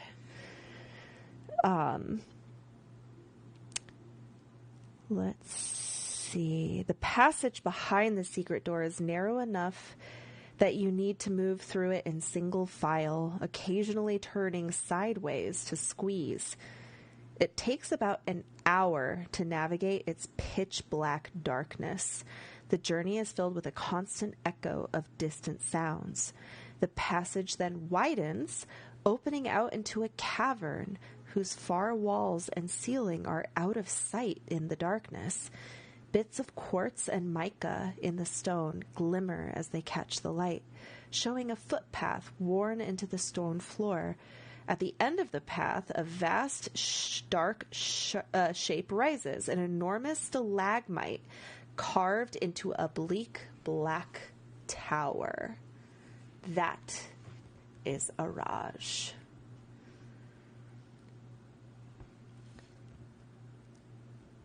Let's see. It is an enormous stalagmite carved with a spiraling series of chambers leading up to the peak. There is a heavy iron door on the side of the tower, you assume is the entrance. Are you entering? Before we enter, I'm going to turn to Yaslin and put a hand on her shoulder, and I'm going to say, "You've died one too many times, and I'd really prefer if you didn't die again." I'm going to cast Death Ward on her. Can we say that Sheila's here as well? Sheila would not be able to fit through that tunnel that you squeezed through, unfortunately. Shouldn't I be able to summon her with the item butt? Because otherwise it's pretty useless magical items to not really use it. It doesn't go in and out. It's not a summon gem. It is a control gem. She would have to try and find a way around everything to get there, which could take a really long time. Sheila is currently looking for a thicker way. Her AI broke. Mm-hmm. The pathing, just running. I would say the smart thing to do would have been to just leave her with the library or with the expedition. All right. Here is the you find the big iron door. Past the heavy iron door that is the tower's only visible entrance, a short tunnel extends through 5 feet of solid rock into a cool, dark chamber. As you enter, a floating orb of pale violet light brightens before you, revealing an opening into the vaulted ceiling and a spiral stone staircase with no railing climbing up into the darkness in the center of this room. Around the stairs, the light reveals a circular audience chamber with a cold, unlit lanterns hanging from brackets set into the stone wall, heavy carpets covering the smooth stone floor, and a throne-like stone chair on a raised dais to the left of the entrance. The ball of violet light floats to a stop beneath the center of the open shaft in the center of the room, beyond the foot of the stairs. It then hovers there, as if waiting for you. No style at all. There is a stone staircase in the middle. It's like a shaft, so it's like a tubular room. And you look up, there's many floors to this place. Well, I'm assuming he's expecting us, since we were allowed in, so I start walking up. You feel a hum of energy around you as you climb the stairs, and this little orb of violet light is like leading you up. Every time you lag, it suddenly stops until you start walking again, and then it'll Yes, I know, I'm short. I get it. I don't have a good leg span. I click my I click my boots of speed and I speed up. It leads you to the very tip top. You pass several floors, actually. 1, 2, 3, 5, 6 floors. The first level, which is the audience hall. The second level has kitchens, storages, and a disused servants' quarters. The third level is the guests' bedchambers and a torture chamber for special guests. The fourth level has a library and laboratory. The fifth level is the Archmage's private chambers. And finally, the sixth level, the sanctum at the tower's peak, where Vizeran spends his time contemplating in his study, which is where you arrive. He is sitting in a grand, cozy couch in front of a little fireplace that's like crackling, a purple fiery light, a coffee table in front laid with very fancy liquor. His back turned to you. I see you have finally arrived. Took you long enough. And then he turns back to look at you all. Please, come, sit. There were a lot of stairs. You didn't use the levitation shaft? Not all of us can levitate. Oh, it's magical. You can levitate if you like. All you have to say is the command word. If you would like to go up, just say kulam. Yes, Lynn, you know that is the drow word for rise. And if you'd like to go down, just say aluhal Kafion, which is the drow word. Allahumara, which is the drow word for descend. Just say rise or descend or stop if you want, or halt if you want to halt. You will rise at 20 feet per round per 6 seconds. Good to know. Stand. She's just going to stand by the door. As you wish. And he pulls out, he has like, what do you call those fancy wine holders? Decanters. A decanter. A box? Yeah, box. I was going to say that too. Yeah. He has a fancy little box wine. Yeah, he puts down a big fancy box. Coolers. And then he and he fills it up with the glass. He fills up with the same thing. He fills up glasses for everybody and lays them down on the coffee table and expectantly gestures to you all while taking his own glass. He makes very strong eye contact with Nikul and drinks deeply from his glass before putting it down. J-Mitch is going to saunter right on up to him, showing no signs of discomfort at all, and leans back on the chair, takes his tankard, takes the drink, and he goes, I apologize if this seems rude, but I don't drink alcohol. And he puts it in his tankard of sobriety and does a quick insight check as he's pouring to see if it's spiked with anything. He notices you checking and kind of rolls his eyes. And again, he's drinking from a glass from the same source, and he takes another drink. And he's like, why on earth would I poison you? I could literally obliterate you the moment you entered my sanctum. It's such a waste of time. Well, do you blame me for checking? I'm literally drinking the same as you. You need to learn more sleight of hand tricks. Anyway. I have no need of low, cunning sleight of hand tricks. And then he hands Nikul his glass. Wait.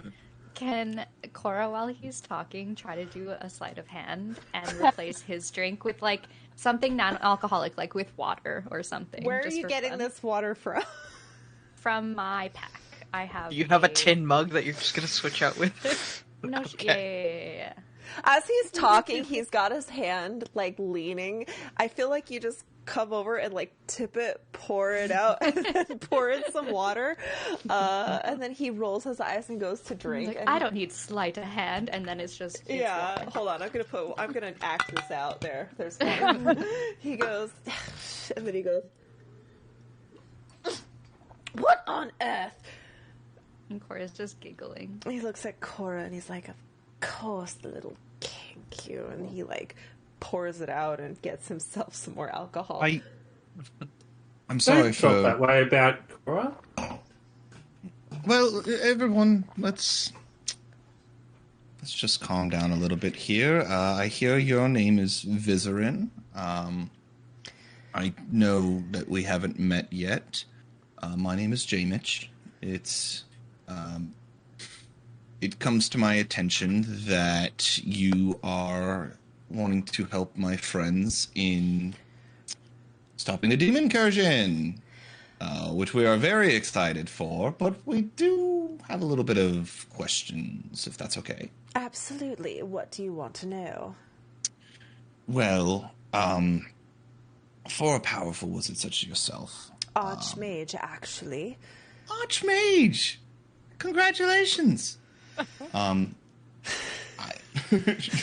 Every snide remark, Nicole's hiding it by taking a sip. That's wonderful. I don't trust much after my events in the Underdark. I've been adventuring with this party for a while now, and we've seen madness spread. We've seen darkness roam, and our adventures have left us a little jaded. What do you want to know? I would like to know why exactly an archmage who could, with very little difficulty, find either a more powerful source or more powerful people to do this ritual, why would you be motivated to choose us? I have found a solution to our problem, but the solution lies in very hard-to-reach places.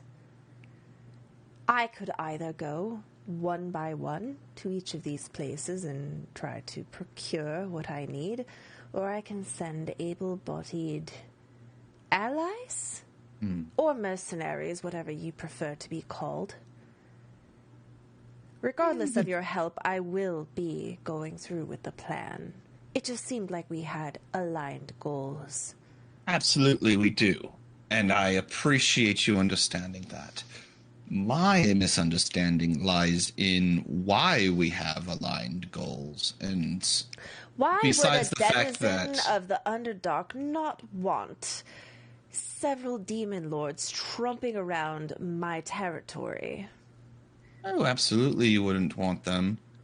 Is that motivation enough to send somebody else to do your dirty work for you? It's kind of the question here, you know? Again, trying to make friends, not trying to be unfriendly, but you can understand our suspicions. Are you suspicious that I want the demon lords here? I'm suspicious that there might be some other motivations besides just wanting to get rid of the demon lords. To put my cards on the table quite cleanly. Make a persuasion check. Oh man, I suck at those. Don't forget your guidance. Thank you. Are you actually giving him guidance at the moment? Because it's changed. Dang.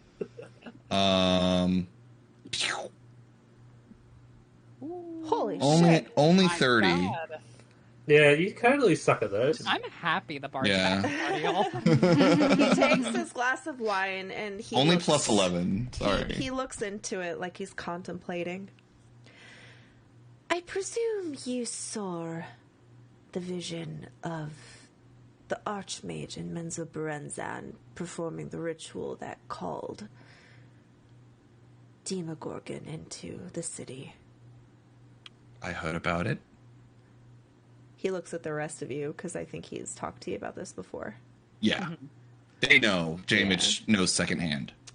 That Archmage is Grumpfban, my greatest rival. He is the reason why I was banished out of Menzoberranzan. He agreed with me that the city was being manipulated by Lulf, that wicked abomination. But instead of... Most of them are. Sorry? Most of them are. Yes.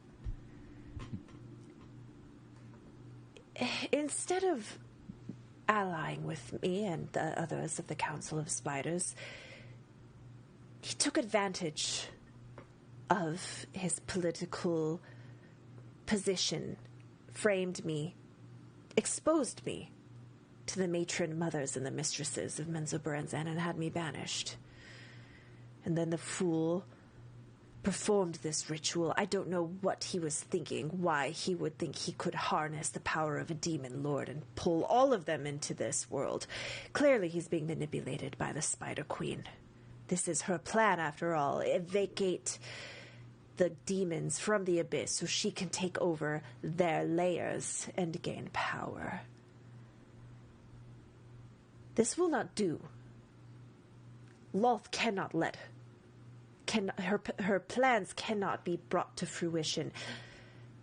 And I would see that traitorous imbecile Grumph fall from grace. I'm assuming you're saying her name because we're protected in your tower. Is that correct? Spiders are exterminated on sight around here.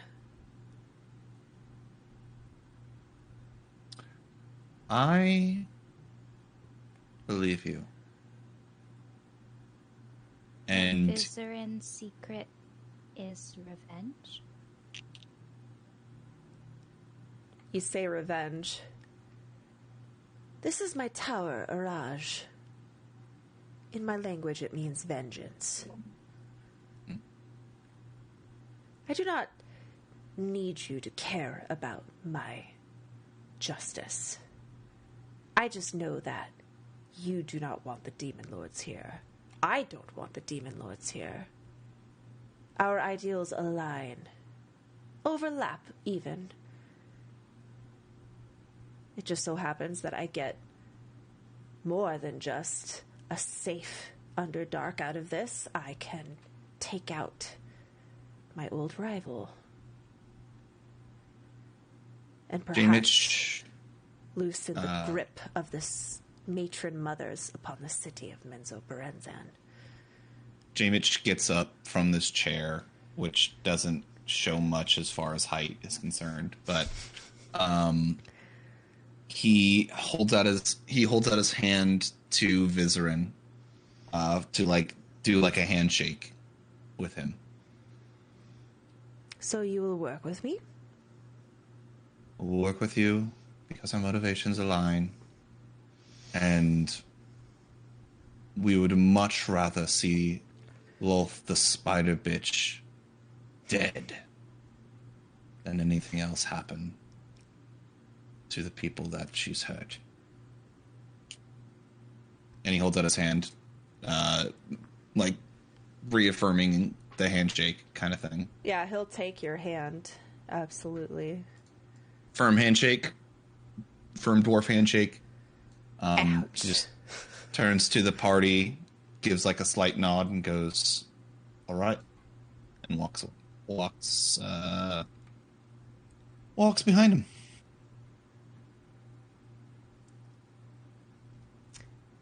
Okay. Are you sure there's nothing that you're leaving out at all? Do an insight if you want it. Wait, yeah, I didn't hear you. What did you say? Yes, and asked him, are you sure there's nothing you're leaving out at all? I don't know what you mean. No details that we need to know? No. I mean, I have plenty of details. I just haven't discussed them with you because we haven't come to an agreement. I just shook your hand. Yes, and that was 10 seconds ago. We have a lot to discuss. Oh. Well, he sits back on the couch. Let's discuss. All right. He is going to push all the drinks aside and lay out a big parchment. And he is going to start describing a ritual. The gist of this ritual is to create a talisman that will attract the demon lords from wherever they are back to one singular location and enrage them. The hope is that they will kill each other and then the last one standing will be weak enough for you to take out.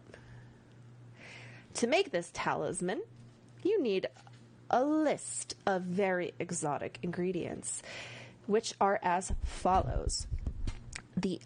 An intact and unhatched egg of a purple worm for channeling great physical power.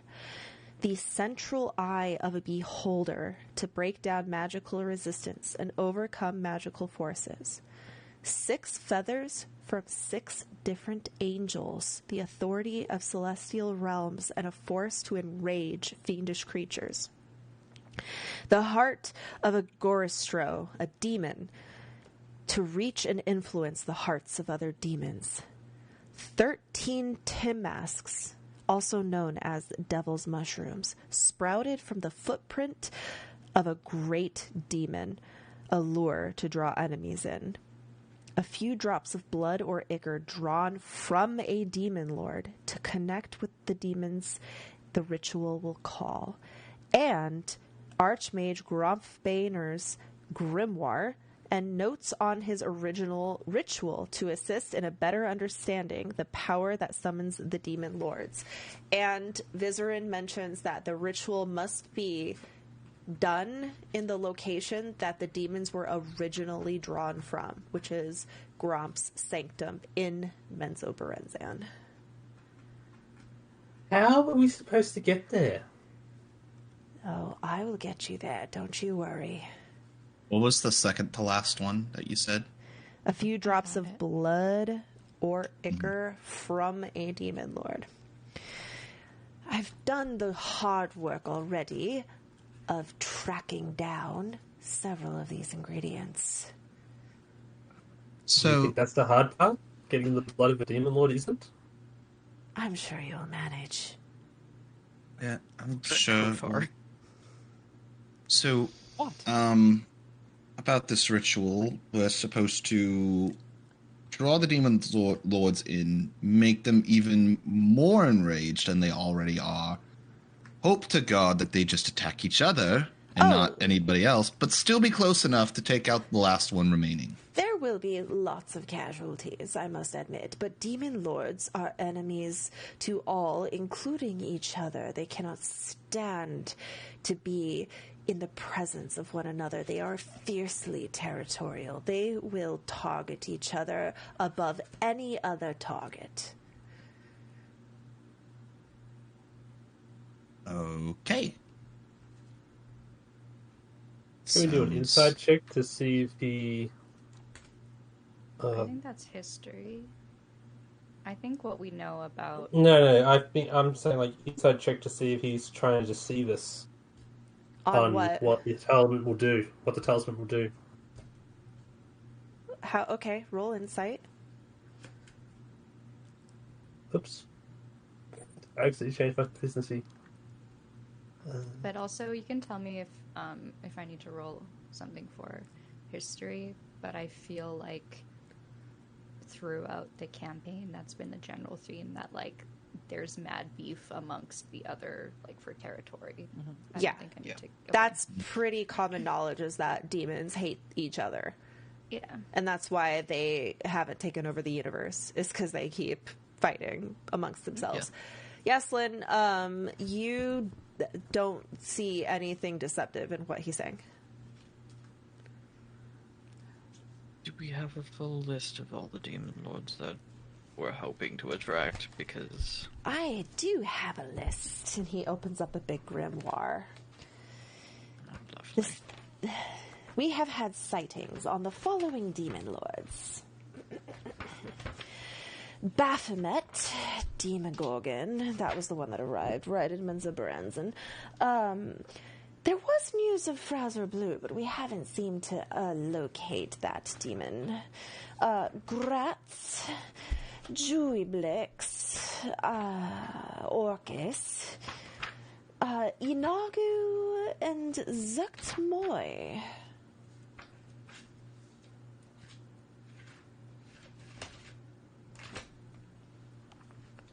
Well, that's a terrifying list. Quite. Do we know if the Spider Queen is coming at all, or is she in the abyss? You said, I think. According to the visions, it was her plan to eject all these demon lords out of the abyss, so that she could take over their realms. So she is quite snugly situated in the abyss, growing her power, which will indeed affect the drow of Menzoberranzan greatly. You say there are going to be casualties from this. Yes. Are you certain that this is not going to level the entirety of Menzoberranzan? He kind of pauses. I guess we can't know for certain. Not that that would be a shame. You would have nowhere to return to if Menzoberranzan's gone. I was banished from Menzoberranzan over 100 years ago. This is my home now. It took him 100 years to do this ritual?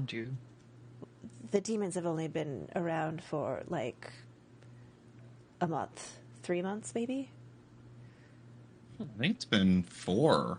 Because we spent 2 months down there, and now it's been 2 months again. My banishment has nothing to do with any of this. This was a long time ago. Over other things. Another story for another time. Yes, it's quite boring, actually. So you say you have leads on where to get these items? Yes, a couple locations. For the demon hearts and for the angel feathers, you'll want to go to the labyrinth. It is a region here in the Underdark. For the purple worm egg and the eye of the beholder, you'll want to go to the worm writhings. I have located such items there.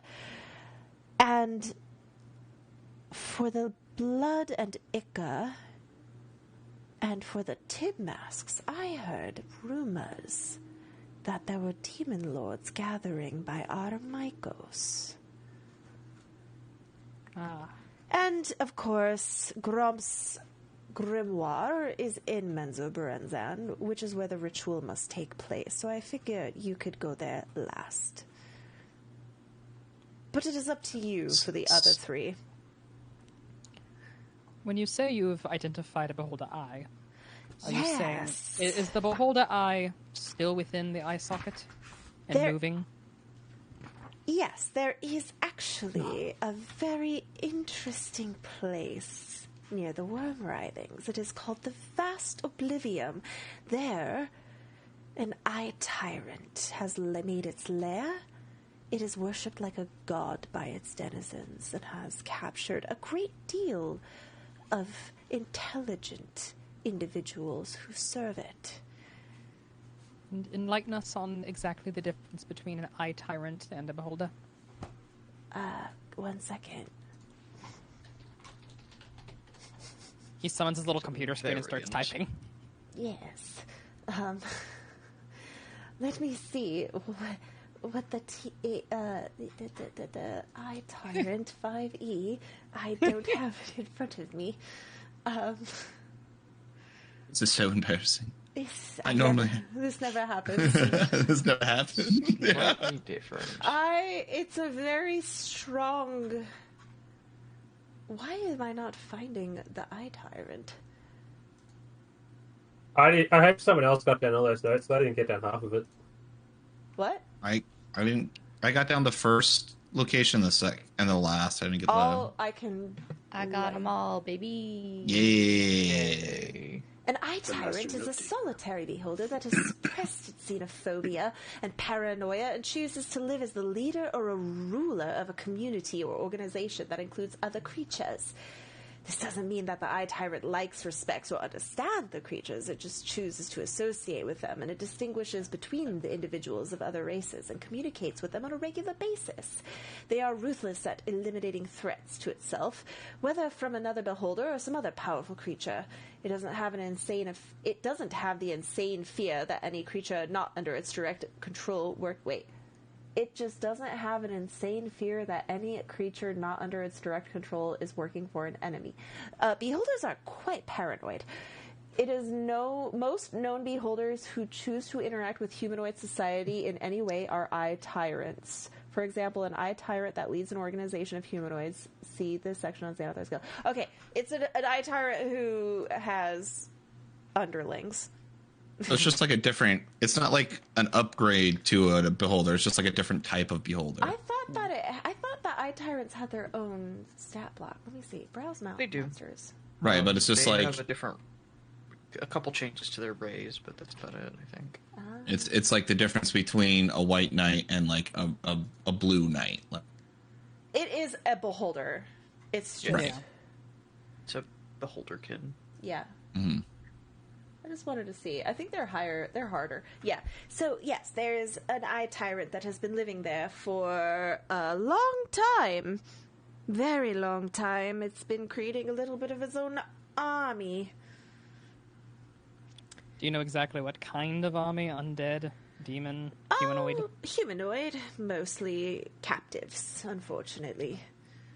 I wouldn't expect anything less from the beholderkin.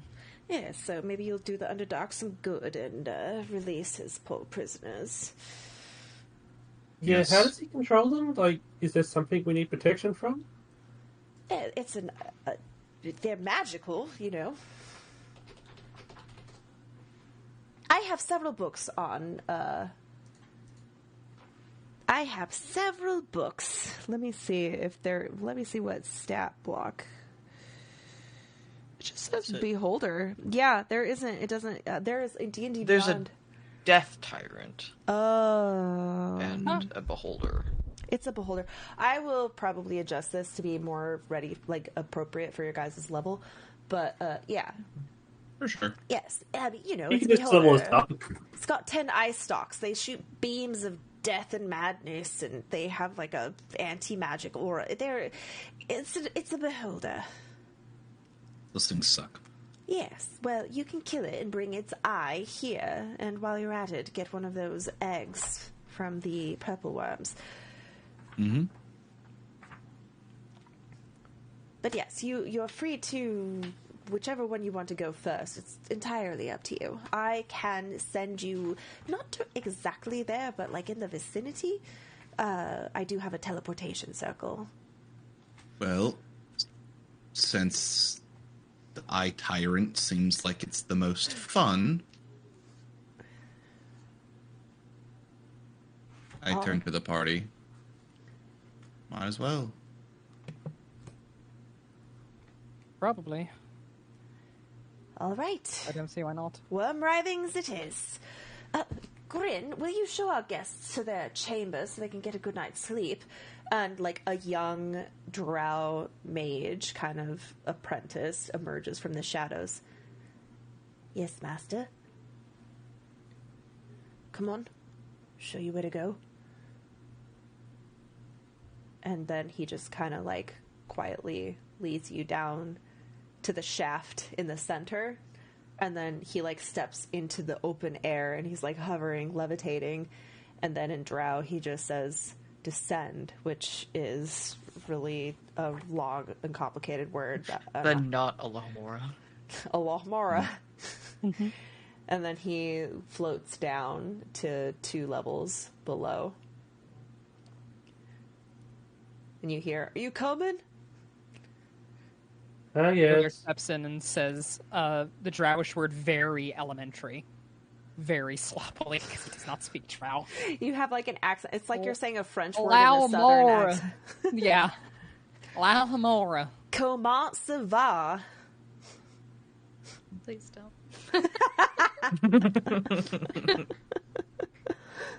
Italian. Yeah.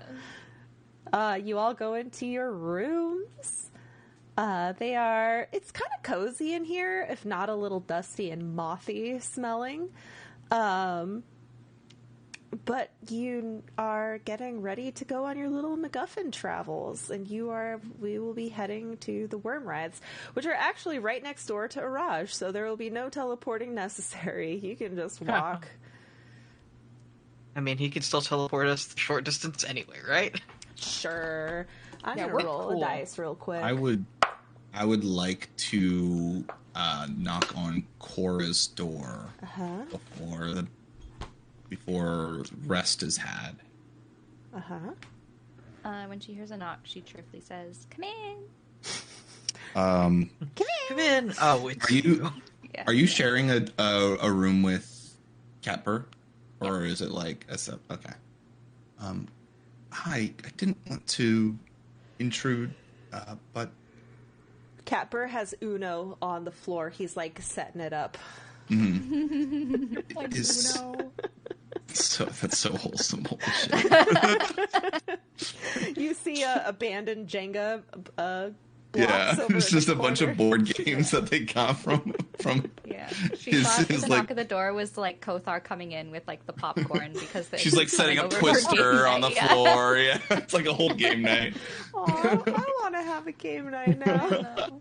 So do I. I didn't want to intrude, but I just wanted to say, is that your brother? Yes. Brother Catper. Catper Jamich. I'm excited for you. Thanks.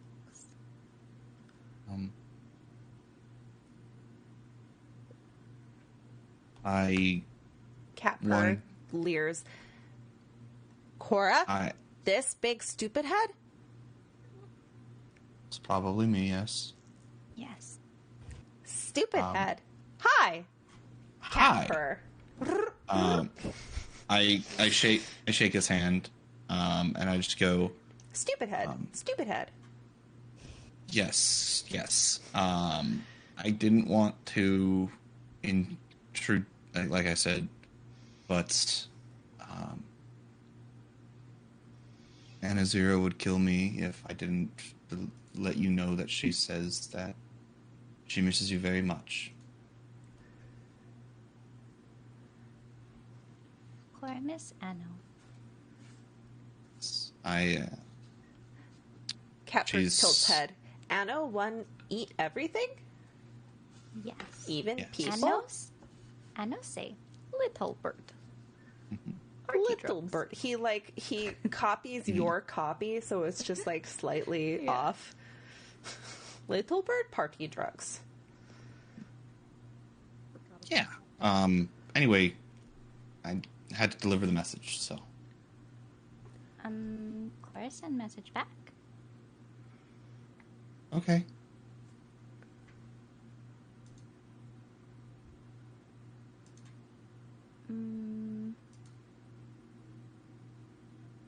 Cora fine, brother. Cora miss you. Okay, bye. Mm-hmm. Aww. You see Jamich like put his hand to his head.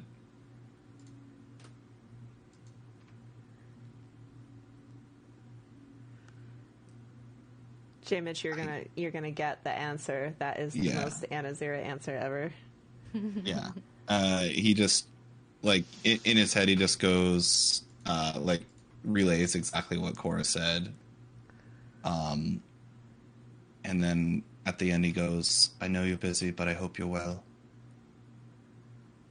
I found them.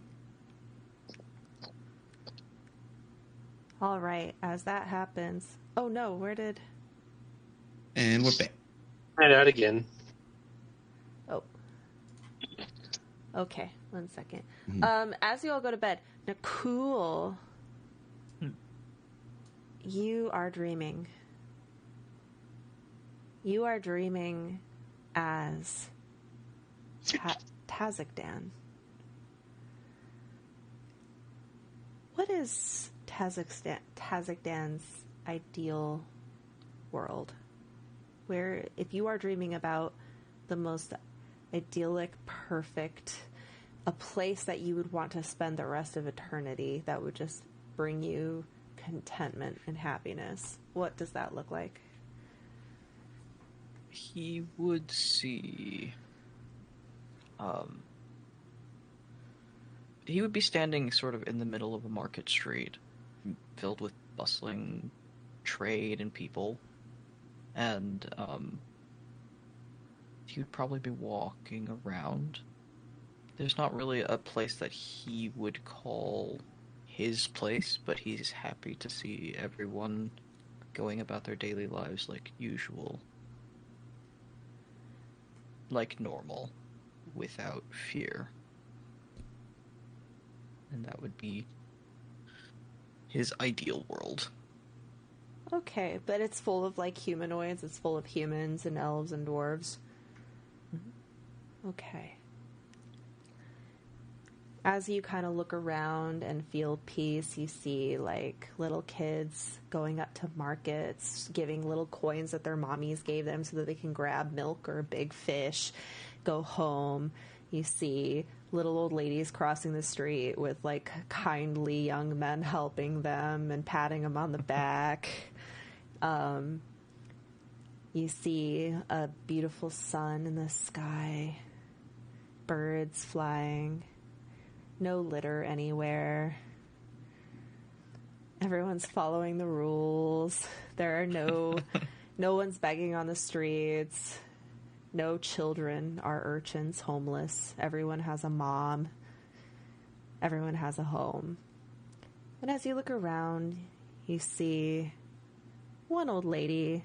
After she crosses the street, she turns to look over at you. She has orange, beady eyes that just blink at you. And then it's gone, and your dream continues. And that is where we will leave for the rest of the session. Till next week.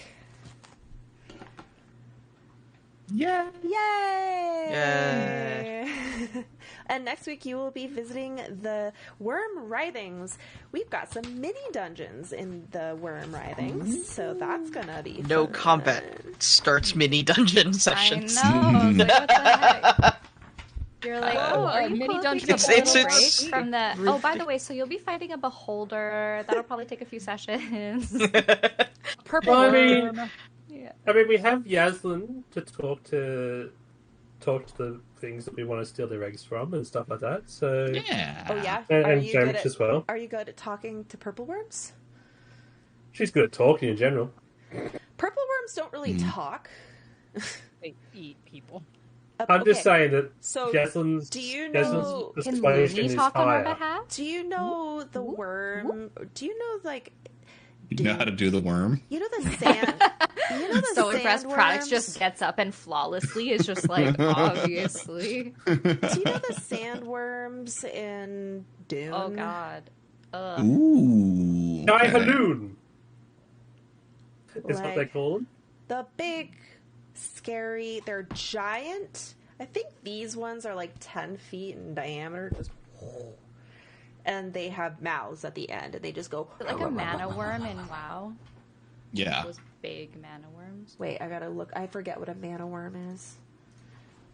There's like I should this say, one, I haven't- there's this one dungeon, I can't remember what it is, but it's like in some of the older expansions, and you go down this tunnel and it's like, haha, don't get hit by the worm, and Yes! like the big purple worm comes and it's like, nah, like That hurls you through. is Stonecore. Oh yeah, that one. Mm. Yes, that's here. I'll just. Any worm from the green mana in Magic the Gathering. Just saying. That's also I will fair. say I haven't seen Yeah. any of the newer June stuff, but I have seen the old June movie, and I've played June 2 and June 2000.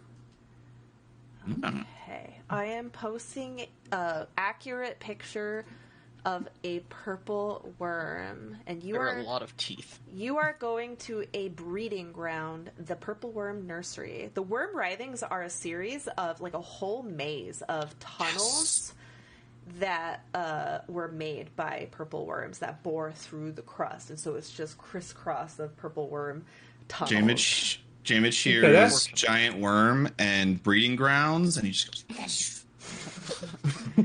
That looks like it doesn't Unfortunately, have- we don't have a poisoner here anymore, but purple worms are known, like, it's their one of the poison. most... for their poison. Oh. That doesn't Purple look like worm it has. toxin. That sounds Yeah. familiar. Oh no. That looks like it doesn't have Oh, how eyes, so familiar. I'm guessing greater invisibility isn't going to help. I mean, it's probably Tremor Sense. Yeah. Oh, Do also, you remember the Elephane. movie Tremors? Hi. to your little list, make sure 13 Tim masks that need to sprout from the footprint of a greater demon. Oh, but demon. So not just any Tim masks will do. Not just any demon. And on the subject of the movie Tremors that you're just talking about, that is one of the 2 movies that I got scared of as a kid. And Me too. I had nightmares for it for ages, and since then I don't really get affected by movies and stuff. I saw that movie a couple of years ago with Steven and was laughing at it the whole time. Yeah, it's probably so bad now in contrast, but it was one of the first scary movies that I saw as a kid because my parents thought it would be not as scary, but I was fucking on the edge of my seat. The other movie movie that I watched was Mummy, and I hated the beetles burrowing under the skin so much, and that's why I don't like things coming out of people. Yeah, dude, Imhotep was so hot. I wanted to marry him. All right, what's your that guy's golden name buzzer? again? Kothar? Who's your golden buzzer?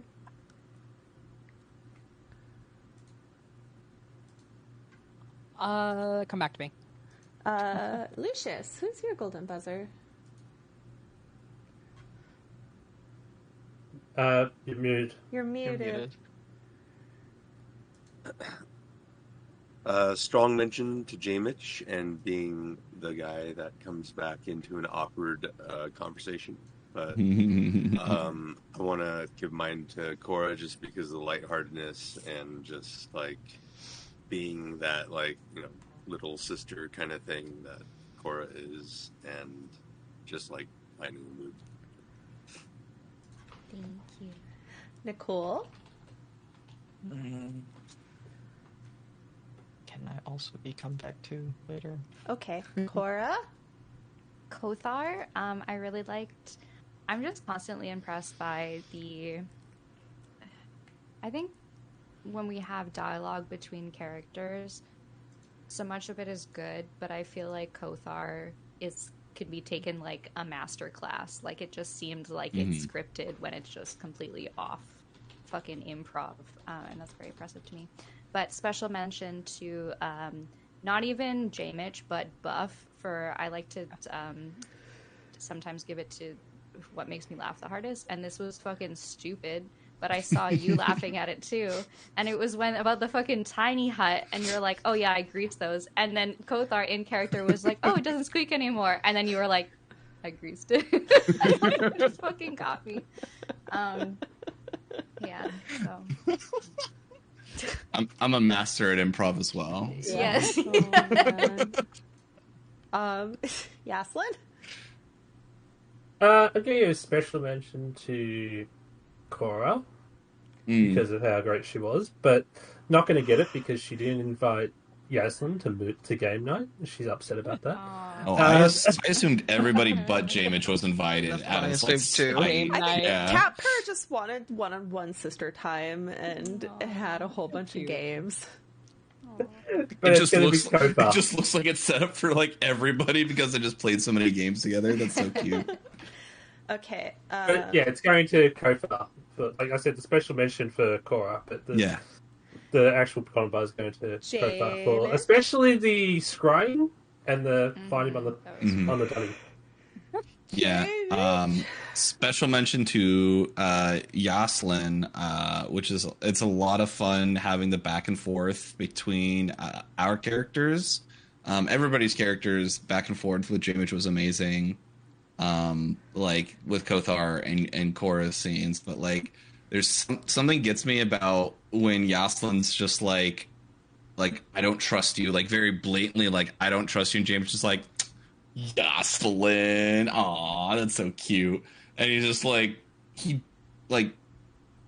James doesn't understand that Yaslin he understands that she's upset, but he thinks she's the same amount of upset as everybody else when Yaslin is never trusted Jamich. So it tickles me. But Kothar gets it for sure. Okay, Kothar. Everyone did so well. But I guess I gotta give it to Kothar. He did so well today. Yeah. I gotta give it special mention to Yaslin being sassy. That was fucking amazing. Yeah, I love sass. Special mention to Cora being little sister, but I gotta give it to Jamich because I don't know, man. Every single time we have just a you and me scene, it's just Yeah, it's the like Virgo energy. Yeah. It's like Love it's like it teleports me to a different place for a minute. I feel like I'm like it's weird because whenever it's you and me having a scene, I feel like I'm not online on Zoom and D&D. I feel like I'm on the stage. Which it's very rare. And I think that's what we're seeing is that I think that comes across to me when I'm watching it. It looks like I'm watching like theater nerd vibes. Yeah, like a play. Like it looks like it's dialogue. Yeah. Lucius. Where did get my Nicole? Oh, wait, who said come back? Nicole. Oh, sorry. I just going in a circle, counterclockwise. Also to J-Mitch. Does that make J-Mitch the winner? No. I don't think so. Everybody, or a tie. it was like a tie. It was 4 for Kothar and 2 for Jamich. No, there was somebody, at least 1 or 2 people said for Cora. Who said Kothar? Put your hand up. 1, 2, Okay, 3. Okay. And then who said Jamich? I said Jamich. I said Jamich. So there's 2 for Jamich. 2, and then just 1 for me. Okay. So Kothar wins. Nicole was gonna say, I didn't mean to cut you off. Nicole had thoughts behind it. Oh, I like seeing Jamich back as much as Nicole really is upset at him. Too. I miss Jamich as well, guys. So thanks. It's fun to play him again. Now the real question is: are we going to see draw brokers now? Whatever they're called. What? Oh, Dwighters. The Dwighters. I have plans.